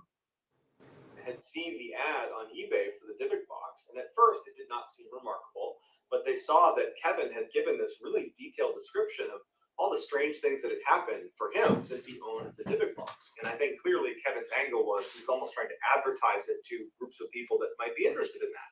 And Sam and Brian were exactly that demographic because they were looking for things online that were considered haunted. They wanted to see if ghosts and the paranormal were real. And so they were eager to buy the Dybbuk box and test it out. And so 3 weeks later, when this package finally arrives in Missouri at their house, Brian was still out at class, but Sam was home. So he receives the package. He eagerly brings it into the kitchen. He Sam unpackages dies. it, and he sets it on the kitchen table. And just a few minutes later, Brian comes home. And Brian would say in interviews that when he walked in, it smelled like someone had peed all over the apartment. Like there was urine everywhere. And he's walking around thinking, what happened? It smells so bad in here. And he walks into the kitchen where it was the strongest smell. And there's Sam proudly standing next to this awful looking chest, which was, of course, the Dybbuk box. And he realizes, Brian does, that the Dybbuk box is what smells like urine. And he Sam, goes, Sam, do you smell that? And Sam's like, yeah. aren't you potty trained? Sam would pick it up and Get rid of the piss box. Sam's not potty trained. He's blaming it on a box. Get rid of the piss box. Immediately. I don't care what you got going on. Sam, buddy. Get rid of He needs some Depends. the box. I don't care what you got going on. Do whatever you need to do. Get rid of the box. Like, it's just too many bad things. I'm sorry. Couldn't bring something in my house, immediately have something like that happen, and then not put two and two together. I don't care if it's haunted or it smells like piss. Either way, it's leaving. Yeah, the box. I don't want either way. I don't want it in the house either way. At which point, Stevia, would you have gotten rid of the box? Again, I never would get the box. To be clear, no box. Makes sense. You wouldn't have even been at the sale. You would have been like, nah, this place. I'm not interested in anything here. I'm driving. Someone says something is cursed, I would never, ever buy it. Just no. I don't mess with that at all. No. Yep, I'm with you. Just like Grandma said. Do it. Yeah. Ooh, to Brian as soon as he walked into the kitchen, and Sam joked about how he couldn't wait to sleep in the same bed as the Dybbuk box. They were just making a big joke out of it. Sam had also set up a blog where he was going to document everything that happened from day one of receiving this Dybbuk box to whenever they got rid of it or till whenever something happened. And for the first 2 weeks they had the Dybbuk box in their possession, nothing did happen. But when Sam started bringing the Dybbuk box out and leaving it right in the middle of these huge parties they would throw, or people were spilling beer on it and they were opening it up, putting things inside of it, and making jokes with it. When they were doing that to the Dybbuk box, suddenly they started seeing a pretty significant uptick in strangeness inside of their house. It started with their technology. Sam's laptop crashed and the hard drive. And then that. Why do you have this Dybbuk box out and you're having a party with this Dybbuk box around? Right? Like, we are not gonna. Or are they just like 19? Like, no, I feel like these are super adult people, and they're just like, yeah, I would not tease. Come to my party. I have a haunted box. I would not tease. I'm not going. I would not tease or mess with here. something like that. Like, I wouldn't mess with something like that. Why are you playing with it? Okay.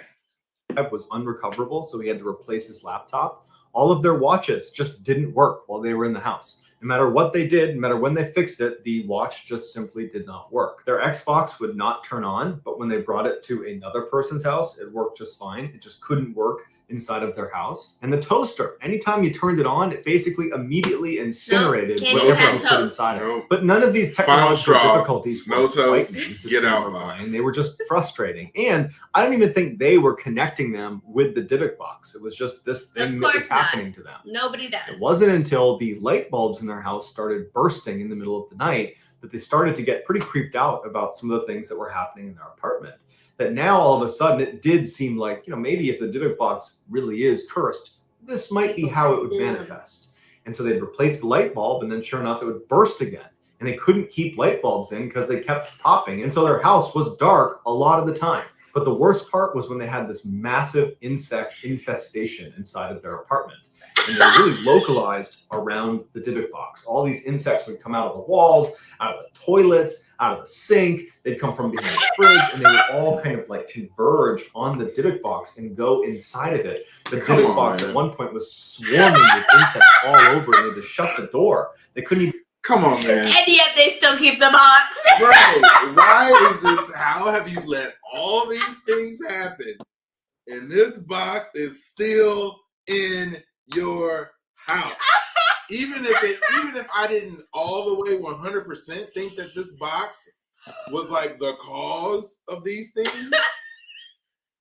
It's a gift. I'm starting to rule it. I would have thrown out like I would have got rid of the Xbox. And I got bugs. I would have got rid of my okay, I need an electrician. We need to install some new lights real quick. I would have burned the house down. I would have slowly started like weeding. I would have started like weeding out all the different things that could have been causing this problem. I would have figured out at some point in time that it was probably this box. I would have figured it out right when this smelled like piss. Right. And then let alone this box has all of a sudden has like insects and stuff crawling by it. Like, you never had bugs before. And now all of a sudden you got like bugs and they're all like attracted to this box. And you just keep buying light bulbs. I mean, how many light bulbs you gonna buy before it dawns on you? Shro is right. What?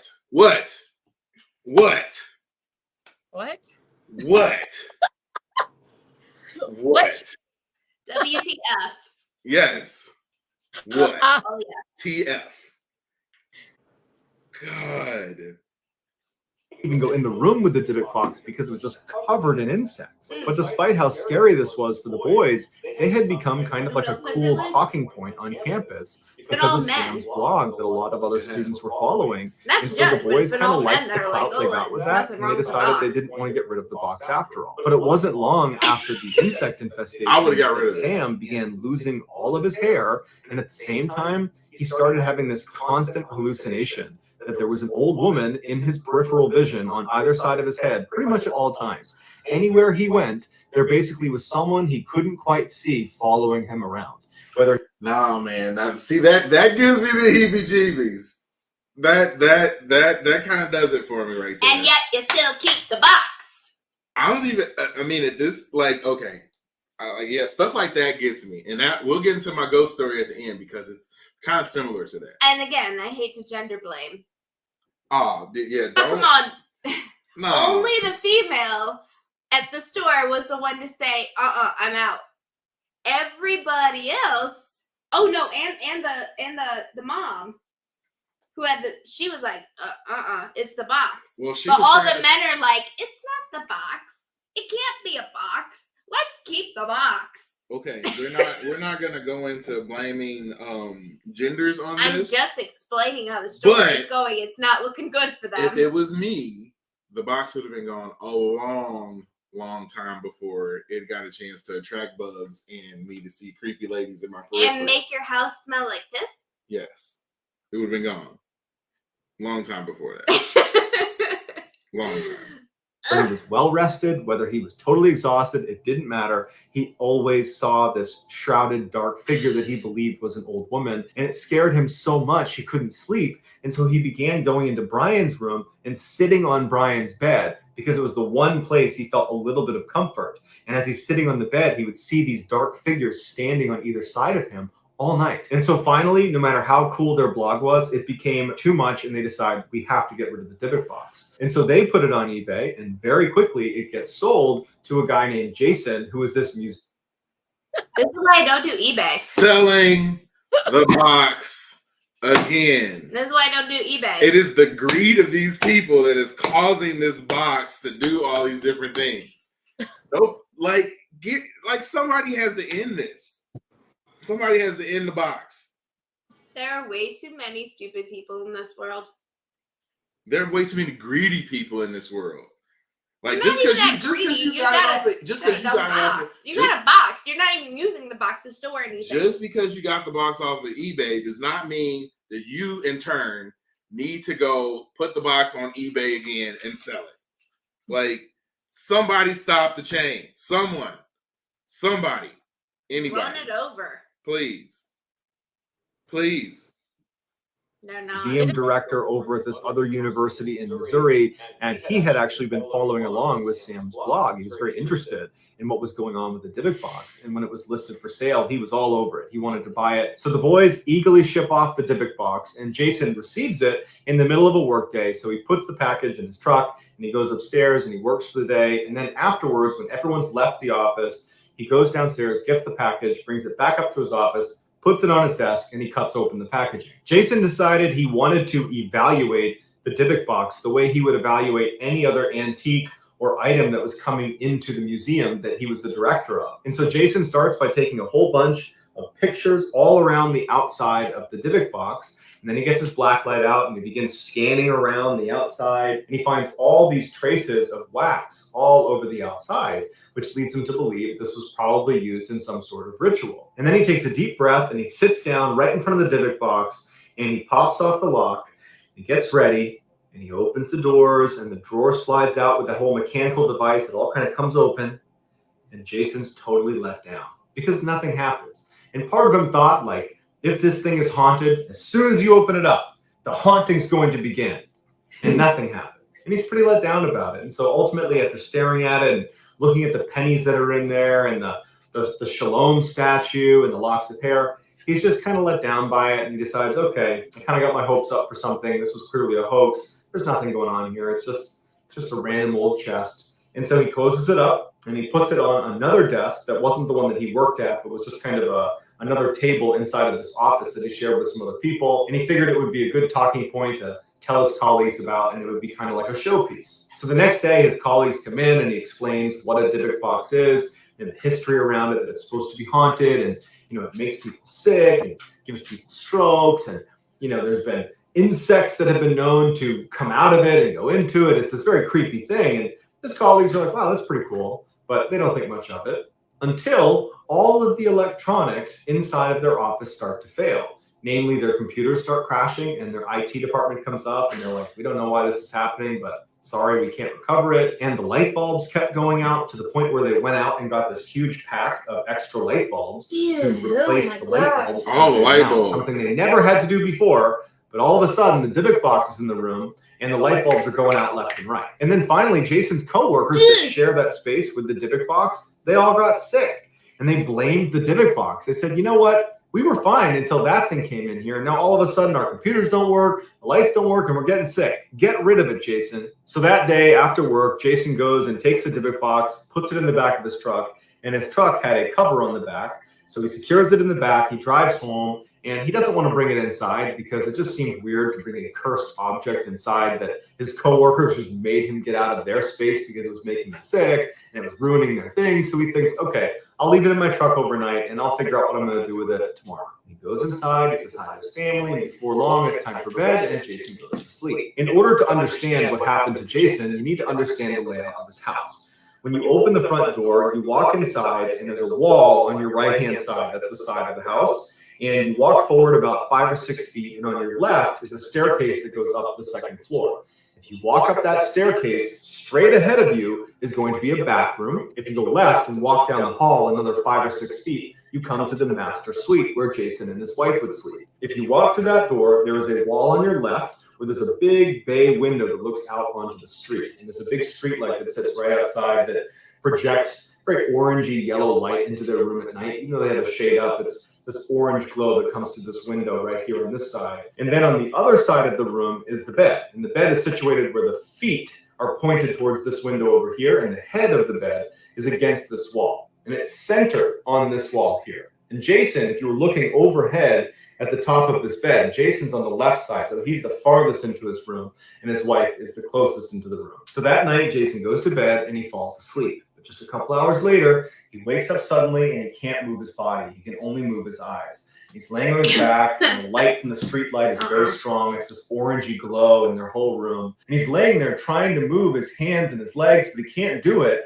And as he's doing that, he starts hearing footsteps out on the stairs. And they're distinctive sounds, slow, plodding steps all the way up to the second floor. And Jason's laying here with his eyes looking towards the door because his door is open and he can barely see into the second floor landing. And he's waiting to see who came up the stairs. And his heart's racing and he's looking, and out of the corner of his eye, he sees what looks like a dark figure begin to walk into the room. And his heart starts racing even faster when he can tell it's definitely not someone he knows. It's this woman, this older woman with a shawl over her head, and her head is tucked down so he can't see her.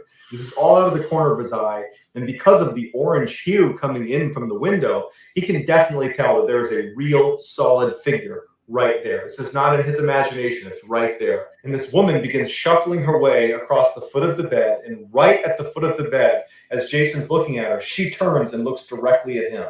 And then she runs around the corner and she looks down at him and she takes her fingers and she drives them into his eyes. And Jason thinks it's real and he's screaming in pain, and he wakes up and his wife is grabbing him and she's like, Jason, what's wrong? And he's like, what's going on? And she says, honey, it's just a bad dream. You're fine. And he's shaken up. You know, his heart's still racing from this dream he's just had. And he's trying to think, like, that felt really real. And he's like, feeling his eyes.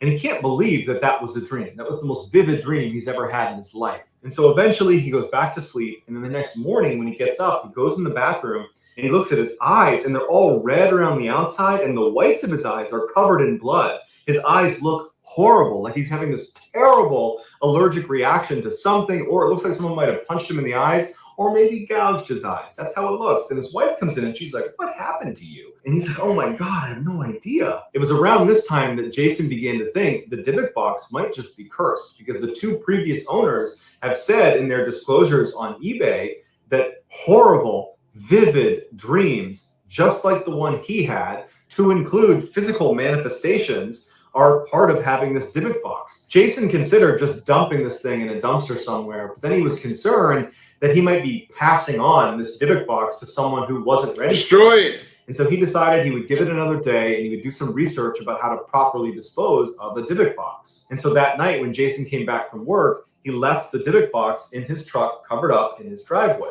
And so Jason goes inside, he has dinner with his family, and then he's sitting down in the TV room and he's watching TV with his son. And as they're watching TV quietly, Jason hears his son say, hey, Dad, who is that?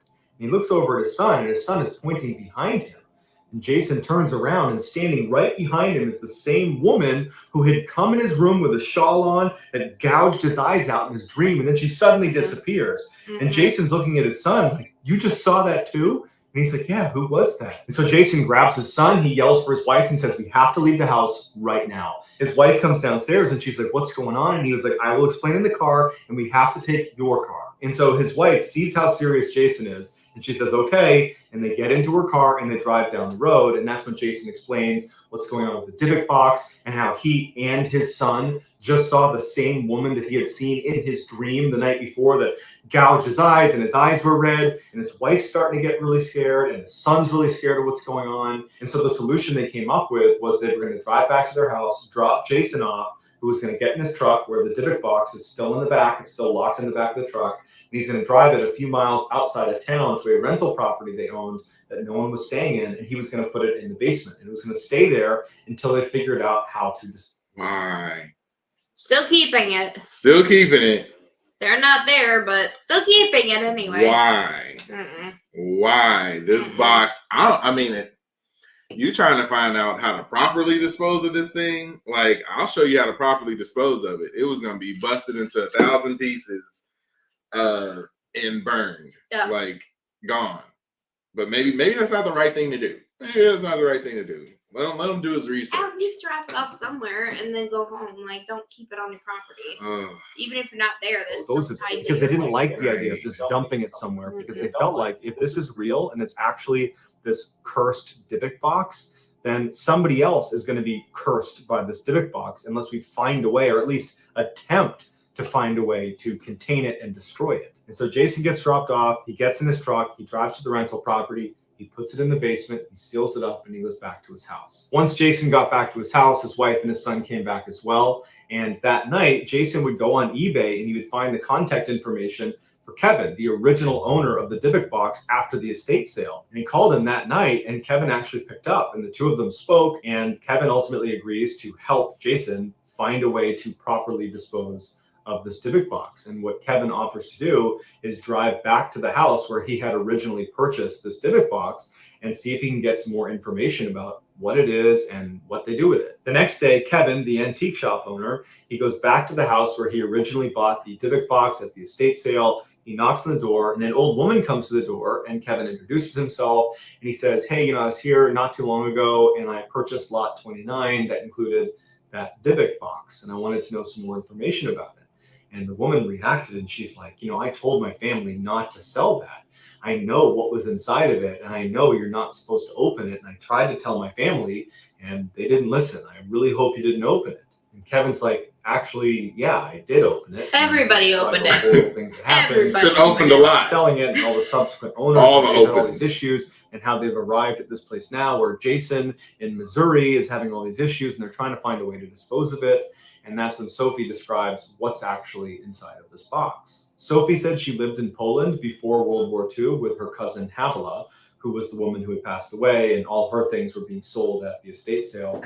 And she said that at the time, it was all the rage to have seances and try to talk to dead people and spirits, and they would just do it for fun. Sophie, Havila, and their mother, they would do this for fun. And Havila had made this Ouija board where she had stitched letters onto this blanket, and they put it over this table, and they would all hold this pendant that was suspended by a chain, and they would ask questions, and they would hope that a spirit that they were interacting with would interact with this chain, and it would swivel around the pendant, and it would point to the different letters whenever they asked a question, and it would spell out whatever their answer was.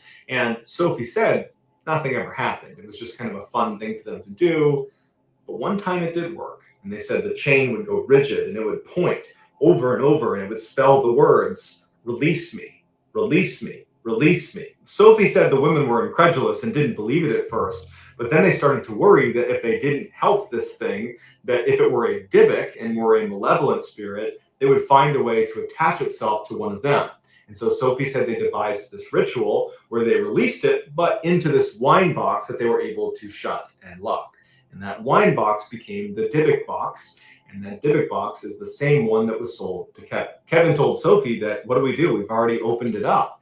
And she said, you need to contact a rabbi. And so they would call a rabbi, and apparently they were able to reclaim the Dybbuk inside of the box and lock it and put it away in a secret location where it's been since 2003. And apparently since it's been sealed off, Jason and Kevin have said they've experienced no demonic activity, and they never plan to tell anybody where this thing is because they don't want anyone else to have even the opportunity to reopen the Dybbuk box and have to deal with all the horrible things that they went through. So that's going to do it, guys. I hope you enjoyed today's story. If you found the secret and Dude, man. I enjoyed the story, I did too. but I was beating,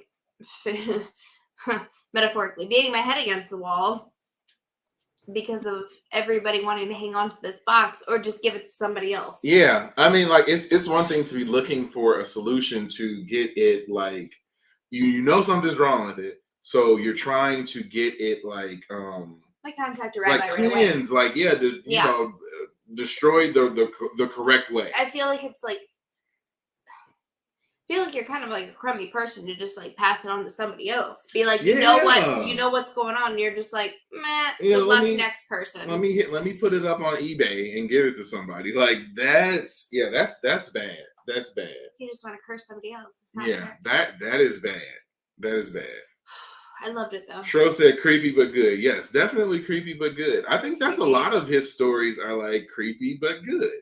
And a good one. Yeah, I feel like if there was something like that in my house, that I would have gotten rid of it as soon as possible. Like as soon as possible. Like I would have had to get that thing away. As soon as I realized that this thing was possibly causing an issue, I would have gotten rid of it. Okay, so story time, real quick. Story time. Are you doing a ghost stories? No. This one isn't a ghost story. This is a story about something that is actually in our screen right now. There is a doll that Katie got from. Okay, you can tell the story about how you got the doll. I'm gonna get the doll. Go get it. I'm gonna get the doll. Watch out for the doggies. Okay, if you're watching this show right now, Stevia, Shro, if something happens to us after this, I don't want the doll. You won't get the doll. I don't want it. Make sure you get rid of the doll. Just how many get rid Stevias are there in Ohio? Stevia, get rid of the doll. Okay? No, I won't take it. If I don't make it to the next live stream. Well, first off, if I don't make it to the next live stream, get rid of the doll. First off, there's two little baby friends. There's little friends. Whoop, she fell. Sorry. She fell. Okay, so there's two little friends, right? Two little friends. They have no face. And then here's the big one. Somehow she thought this was okay. I told her, I was like, okay, if anything bad happens to us during the next week, I will get rid of these dolls immediately because I don't like them. Nothing has happened. Only good things. So there was this older lady that was, she lived in a condo by my mom, and she was moving, and pretty much she had already moved, and like whatever was left in the condo, she had told like my mom and anybody else who lived in that area, like, just come on over, take whatever you'd like it's fine. And so I saw these and I was like, they're kind of cute, and I thought our little girls would like them. And I brought him home, and he's like, no, those things are creepy. I was like, oh, but I mean, they're older, obviously. Like, this was a really older lady, and so these were like older dolls, and you could tell they're handmade. And back, like, it doesn't have a face. Okay, that's a little strange, but I think they're kind of cute. This guy does have a face. I don't know if you can see it on here. Like, he's super dark. So does she. She has a little face too. Oh God! Like, doesn't it look like the shadow things that was in the video, like that we just watched? They're just handmade. Like, somebody worked hard on making these little people. I don't know.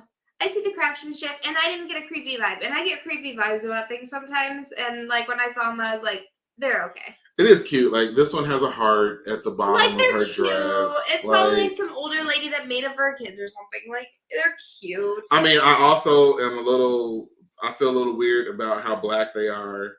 Like, that's got to be a thing too. Well, the lady traveled a lot. She traveled the world. She had stuff from like all sorts of places in the world. So I don't know. Maybe there's like a story behind them that I'll never know. But they're not cursed because nothing's happened to us. Stevia, Shro, if something happens, please get rid of the dolls. Don't let them go to anyone else. Okay? Okay.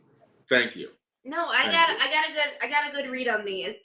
I know when things can be creepy, and I was just like, "You're okay. We're gonna be okay. We're gonna be okay." Like, you just started talking, just like when we bought this house. I was like, "All right, if there's anybody that's died here, like, we can coexist. It's gonna be okay. Like, you just do your thing, and we'll just do our thing, and we can just be friends." Like, You just gotta make peace. You actually verbalize it out loud? Yes, I did. Yeah, every Oh, house sure. we moved to. Yeah, I definitely verbalize it out loud because at our last house that we were renting. Okay, yep. Now we can get into ghost stories. Stevie, you got to share yours too, but Yeah, go do you ahead, want to Katie. tell our story? Yeah, go, you can tell yours first. Okay, so at our last house that we were renting, I don't know if somebody had actually died there, but there had been an older lady I think that lived there at one point. Yeah. And I don't think they died there though. No, but one day just like stuff just like we had that picture frame just like fall randomly off the wall. Like we're all sitting in the living room and this frame just like falls off the wall. Like there's other frames around it too, and just this singular one just like jumps off the wall and lands like over by the kitchen table. And we had other stuff. Like we'd hear random sounds at night, like scratching sounds and Yeah, stuff. we'd hear scratching and tapping. And we had a cat. Tapping. We had a cat then, but it was not the cat. Like we knew the difference. Yeah. Or the cat would be with us at the time. So yeah, lots of like tapping and strange noises. But I always talked to him and I was just like, hey, you know, it's okay. Like you're not bothering us. Like just do your thing. I get it. Like this was your house. We respect that. There was you do your thing, we'll do our thing. There was the one time where we were laying in bed, about to go to bed, and the door was like slightly ajar and it like legitimately closed. Like we heard that. Yeah, and we didn't have any windows or anything. No windows open, no nothing, and like the door just closed. And I think that was the first time that you talked to whoever that was in the house with us. Like I've never really known if I like believe in ghosts or not. It's never been like, yes, I do or no, I don't. I'm just like open to it, and I just am like a peaceful person in general. So I'm like, you know, I respect you. You do your thing, I'll do my thing. Just kind of like if there's like, you know, a bug in the house or a mouse in the house, I'm like, I see you. You're fine. You just stay there and I'll stay here and we do our thing. Nope. So I just try to make peace with them. I'm not going to be like, oh, we got to freak out. I kill them all. So if there's a mouse, I'm killing it. If there's a bug, I'm killing it. And what do I do? And she lets them, like she releases them back to the wild. I take them outside. I save them. I taught our girls that too. So nanny. I got no time for that, dude. You're an intruder in my house. I'm taking you out. I'm sorry. I feel like I'm just gonna get all this bad karma if I kill him. And plus, I like all living things. So okay, that's just me. All right, Stevia, what's your story? Okay, I'm gonna go with the one that happened when I was in college. I was at a fraternity house on campus. We were doing a study group. I was headed there. It was dark, and it was located in a very large old mansion, which was notoriously haunted. Like that was just the rumor on campus already. Now, like that didn't really matter to me because, you know, like I'd been there before, and you know, people, you know, it's just like I said, it was a fraternity house. There was a lot of people there. So I because I didn't live there, obviously, I called when I got to the front door, the front door that people use, I should say, because there's a separate door to the side that has like a long little hallway or like a mudroom of sorts, but it's got glass windows. So you could see all the way through it. Okay. And I was I'm already scared. 30 I was about 30 feet away from there, standing at the actual front door, which is, you know, and I'm on the phone, and I see someone walk into, like, it was wearing a white shirt and blonde hair, and walked down. I could see someone walking into this. And then the other thing I should say is this was a door that nobody used, and it was an area that nobody went into. I see a figure going through this little hallway, little entry foyer, whatnot, and I'm like thinking, well, what is he doing over there? They don't use that door. And so I started to walk, and then suddenly the actual door opened where I was, and I looked back, and there was no one there. And I was like, who was at the door? And I ran in, and I ran around to where that was, and the whole door was like sealed off. So I don't know what that was. And did you stay for the party? It wasn't for a party this time. This was just for homework. But yes, I have stayed for party. So yeah. Okay, so you're brave. You're brave cookie. There's plenty of stories from this house of hooded hooded figures and shadows and whatnot. Yeah, but no, but that was mine. It wasn't that it was scary. It was just that it was unsettling because I legitimately thought that was my friend coming to open the door for me. So I started heading that way, thinking, why are they using this side door? Nobody uses this side door. That's because nobody uses that side door. Yeah, that's creepy. We're glad you lived.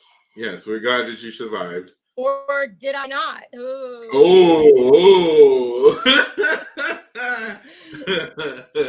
Oh. You have to tell your story from. Which one? I have several. Tell the one where you were. Okay, I'll tell three. Ooh, and they're all relatively quick. I think I only know one of them, so yeah, they're all relatively quick. Okay. There was one when I was younger. I was probably like maybe 7 or 8, and Are you remember. possessed? No. Okay. I remember. I should have asked that before we got married. Yeah, you should have. Too late now. Better or worse. Right. For better or ghost. So I remember being young, maybe about 7 or 8. It was one of my earlier memories, and I remember laying in bed, and my bed looked out into our living room. So I remember I had bunk beds in my bed, even though like my sister like had a totally different room, and it was only 2 of us. No, not the different room. The room that's my sister's now, or was my sister's. Used to be my room, but anyway. So I had bunk beds in there, and I just liked it because like sometimes I sleep at the top one, sometimes I sleep at the bottom one.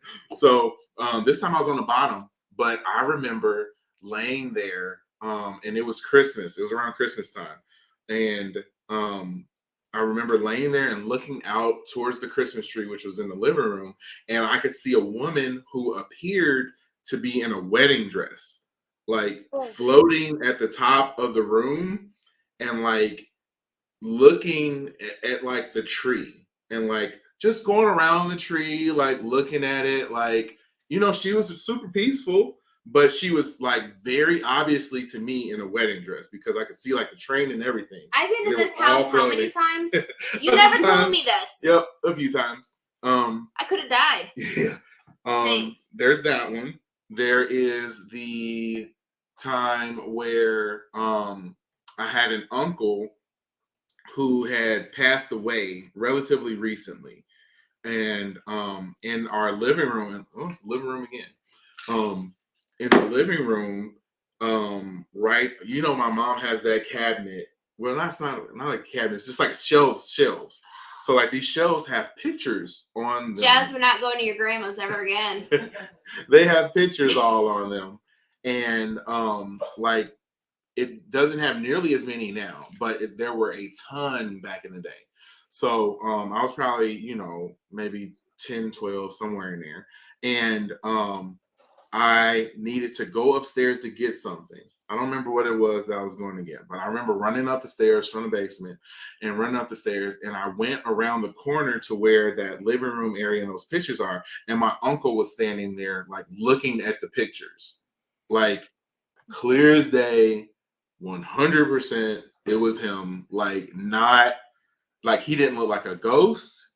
He didn't look like anything that was awkward or strange. It looked like it was legitimately him standing there looking at like the pictures. But it was peaceful. Yeah, like it wasn't a problem. Like nothing. He at was least standing there's peaceful there. People here. Yeah, he was just standing there looking at the pictures. Keep going to this house. Looking at the pictures. So that was another time. One other time, I worked at a facility.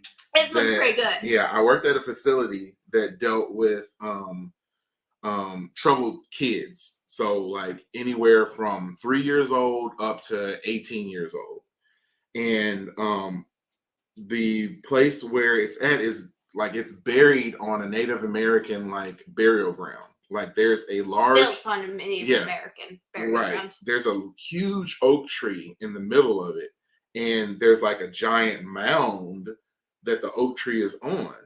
And I never knew what was underneath there, but it turned out that underneath there was supposed to be like remains of Native American people who were killed on that land. So obviously this place has some mojo with that. Then on top of that, it dealt with troubled kids.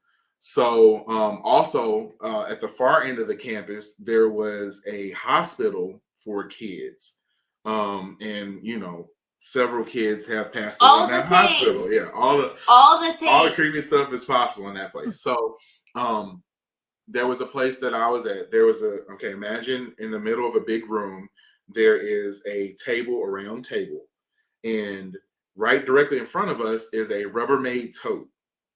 And this Rubbermaid tote had a bunch of like supplies and stuff in it, like coloring stuff, like color pencils, crayons, that sort of thing that we would use for when the kids had downtime. So if they wanted to like draw or they wanted to color, like that stuff was in there. So this Rubbermaid tote is just sitting out. So I'm working with another person.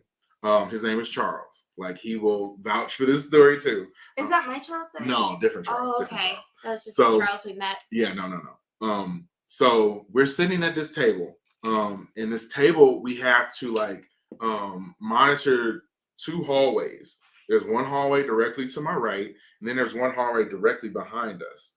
So I'm sitting in the middle of the hallway. Both of us are sitting there, and we started hearing like it sounded like kids running like from room to room.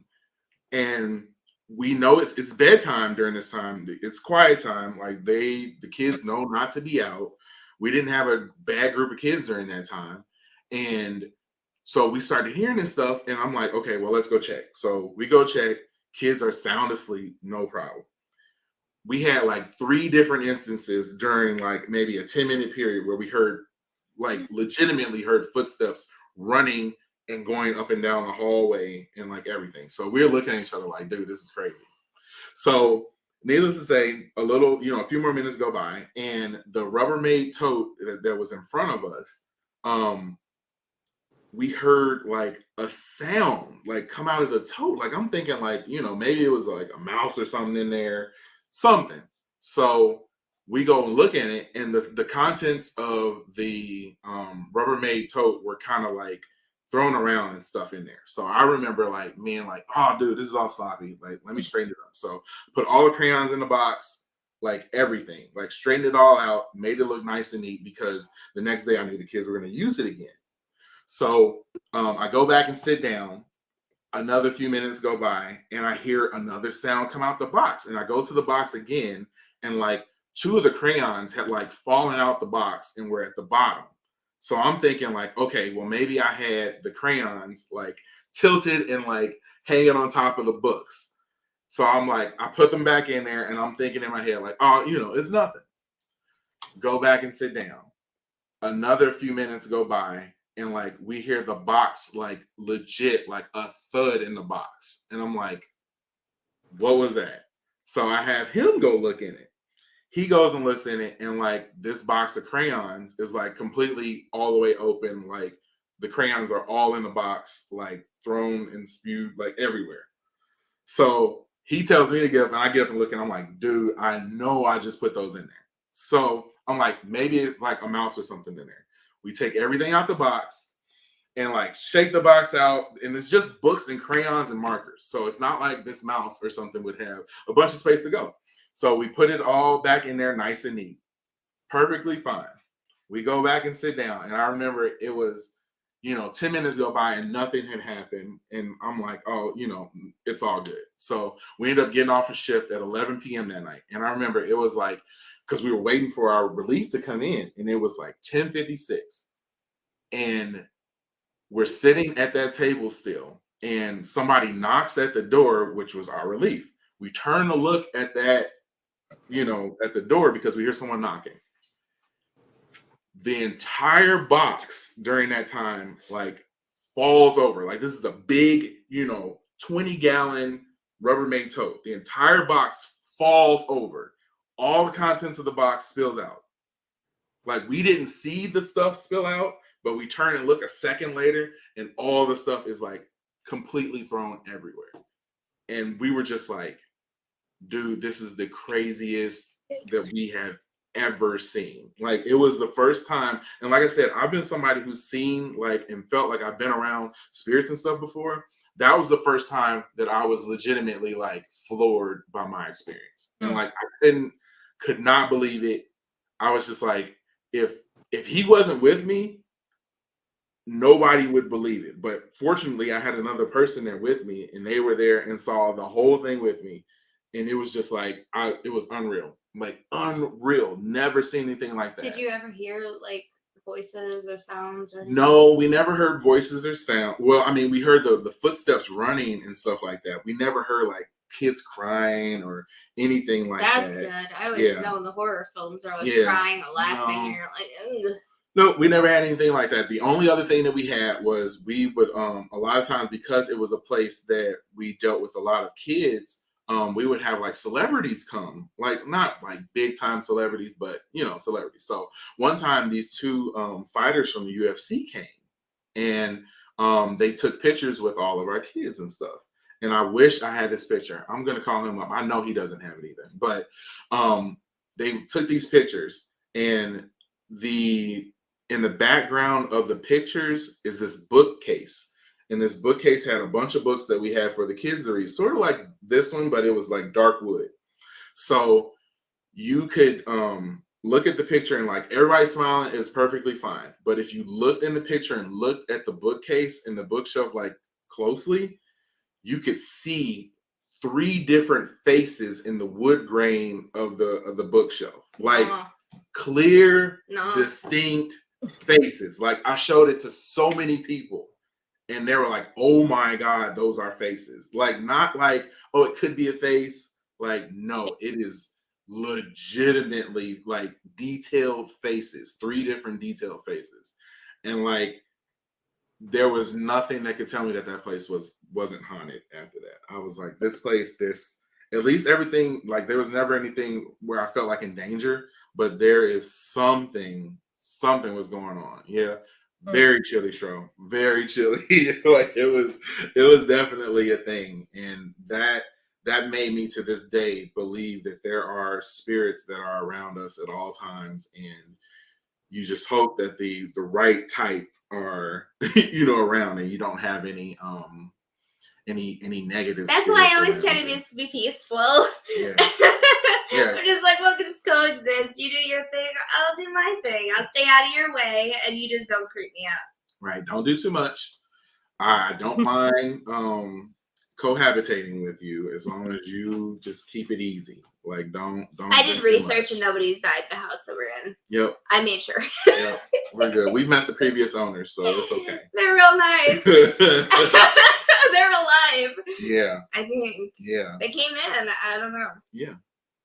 So, yeah. I mean, I really like these Mr. Ballen videos because they do give you an opportunity to jump off into so many different topics, and I like the sort of creepiness, and then the fact that you know that they're true does like just put a whole that extra, weirds me out, but I like it, but it weirds me out a bit. It does.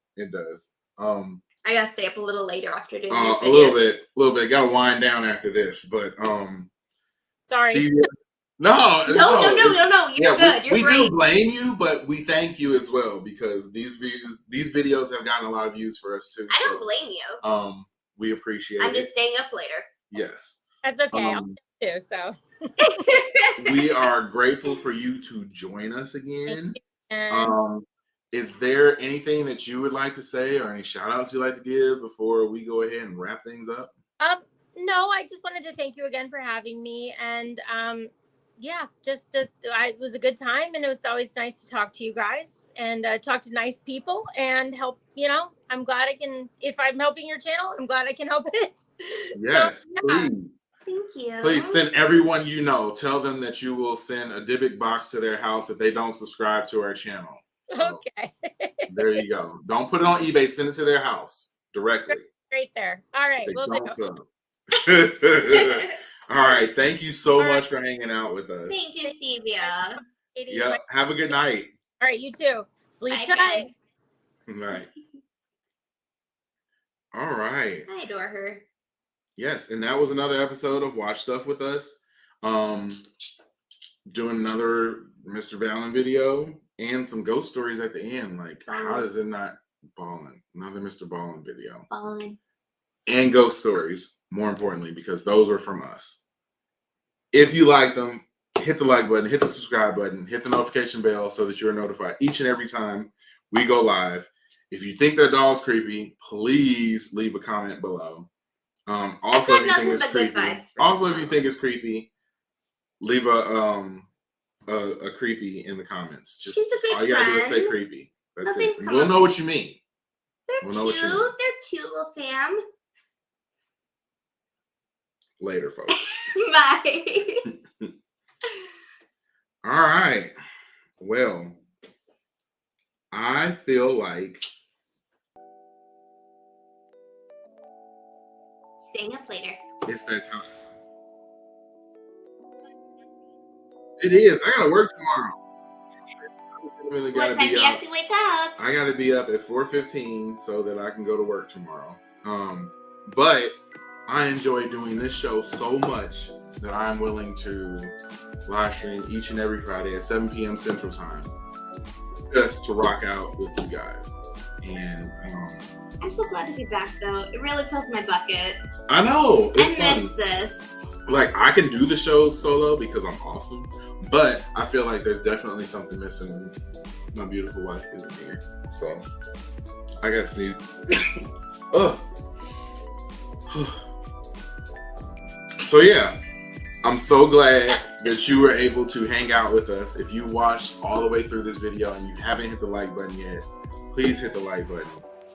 Subscribe to our channel. We need all the subs we can get. Stevia, King Party 2001, Shro, thank you so much for rocking with us tonight. You guys get like the awesome Watch Stuff With Us fan award. Biggest fan awards. Yes. For hanging out with us tonight. And for everybody else watching after the fact, thanks for watching after the fact. Leave that comment below. Leave that like below. You guys are our biggest fans, so we'll send you one of those like doobly-doo boxes Oh or whatever no, they're called. I'm not gonna. We'll send you. Doobity box. We'll send you one of these creep dolls. Not my friends. Okay. Well, maybe you can make some creep dolls and send them out or something. I don't have the time. Okay. I'll color you It'd be a creepy picture. anyway. It'd be creepy anyway. But Hating. legitimately, we thank you for hanging out with our channel and helping our channel to grow. We love you. Please, please, please tell somebody else that you watch this channel with two awesome people on it, because I truly feel that we got something special here and we would like for you to be along for the ride with us. So I say it all the time, but hit the like button, hit the subscribe button. It's the best way that you can help our channel. So we appreciate you. When the song drops. We love you. Thanks for watching some stuff with us. And we will see you on the live stream next Friday, 7 p.m. Central Time, or in the videos that we do during the week. Much love. Peace.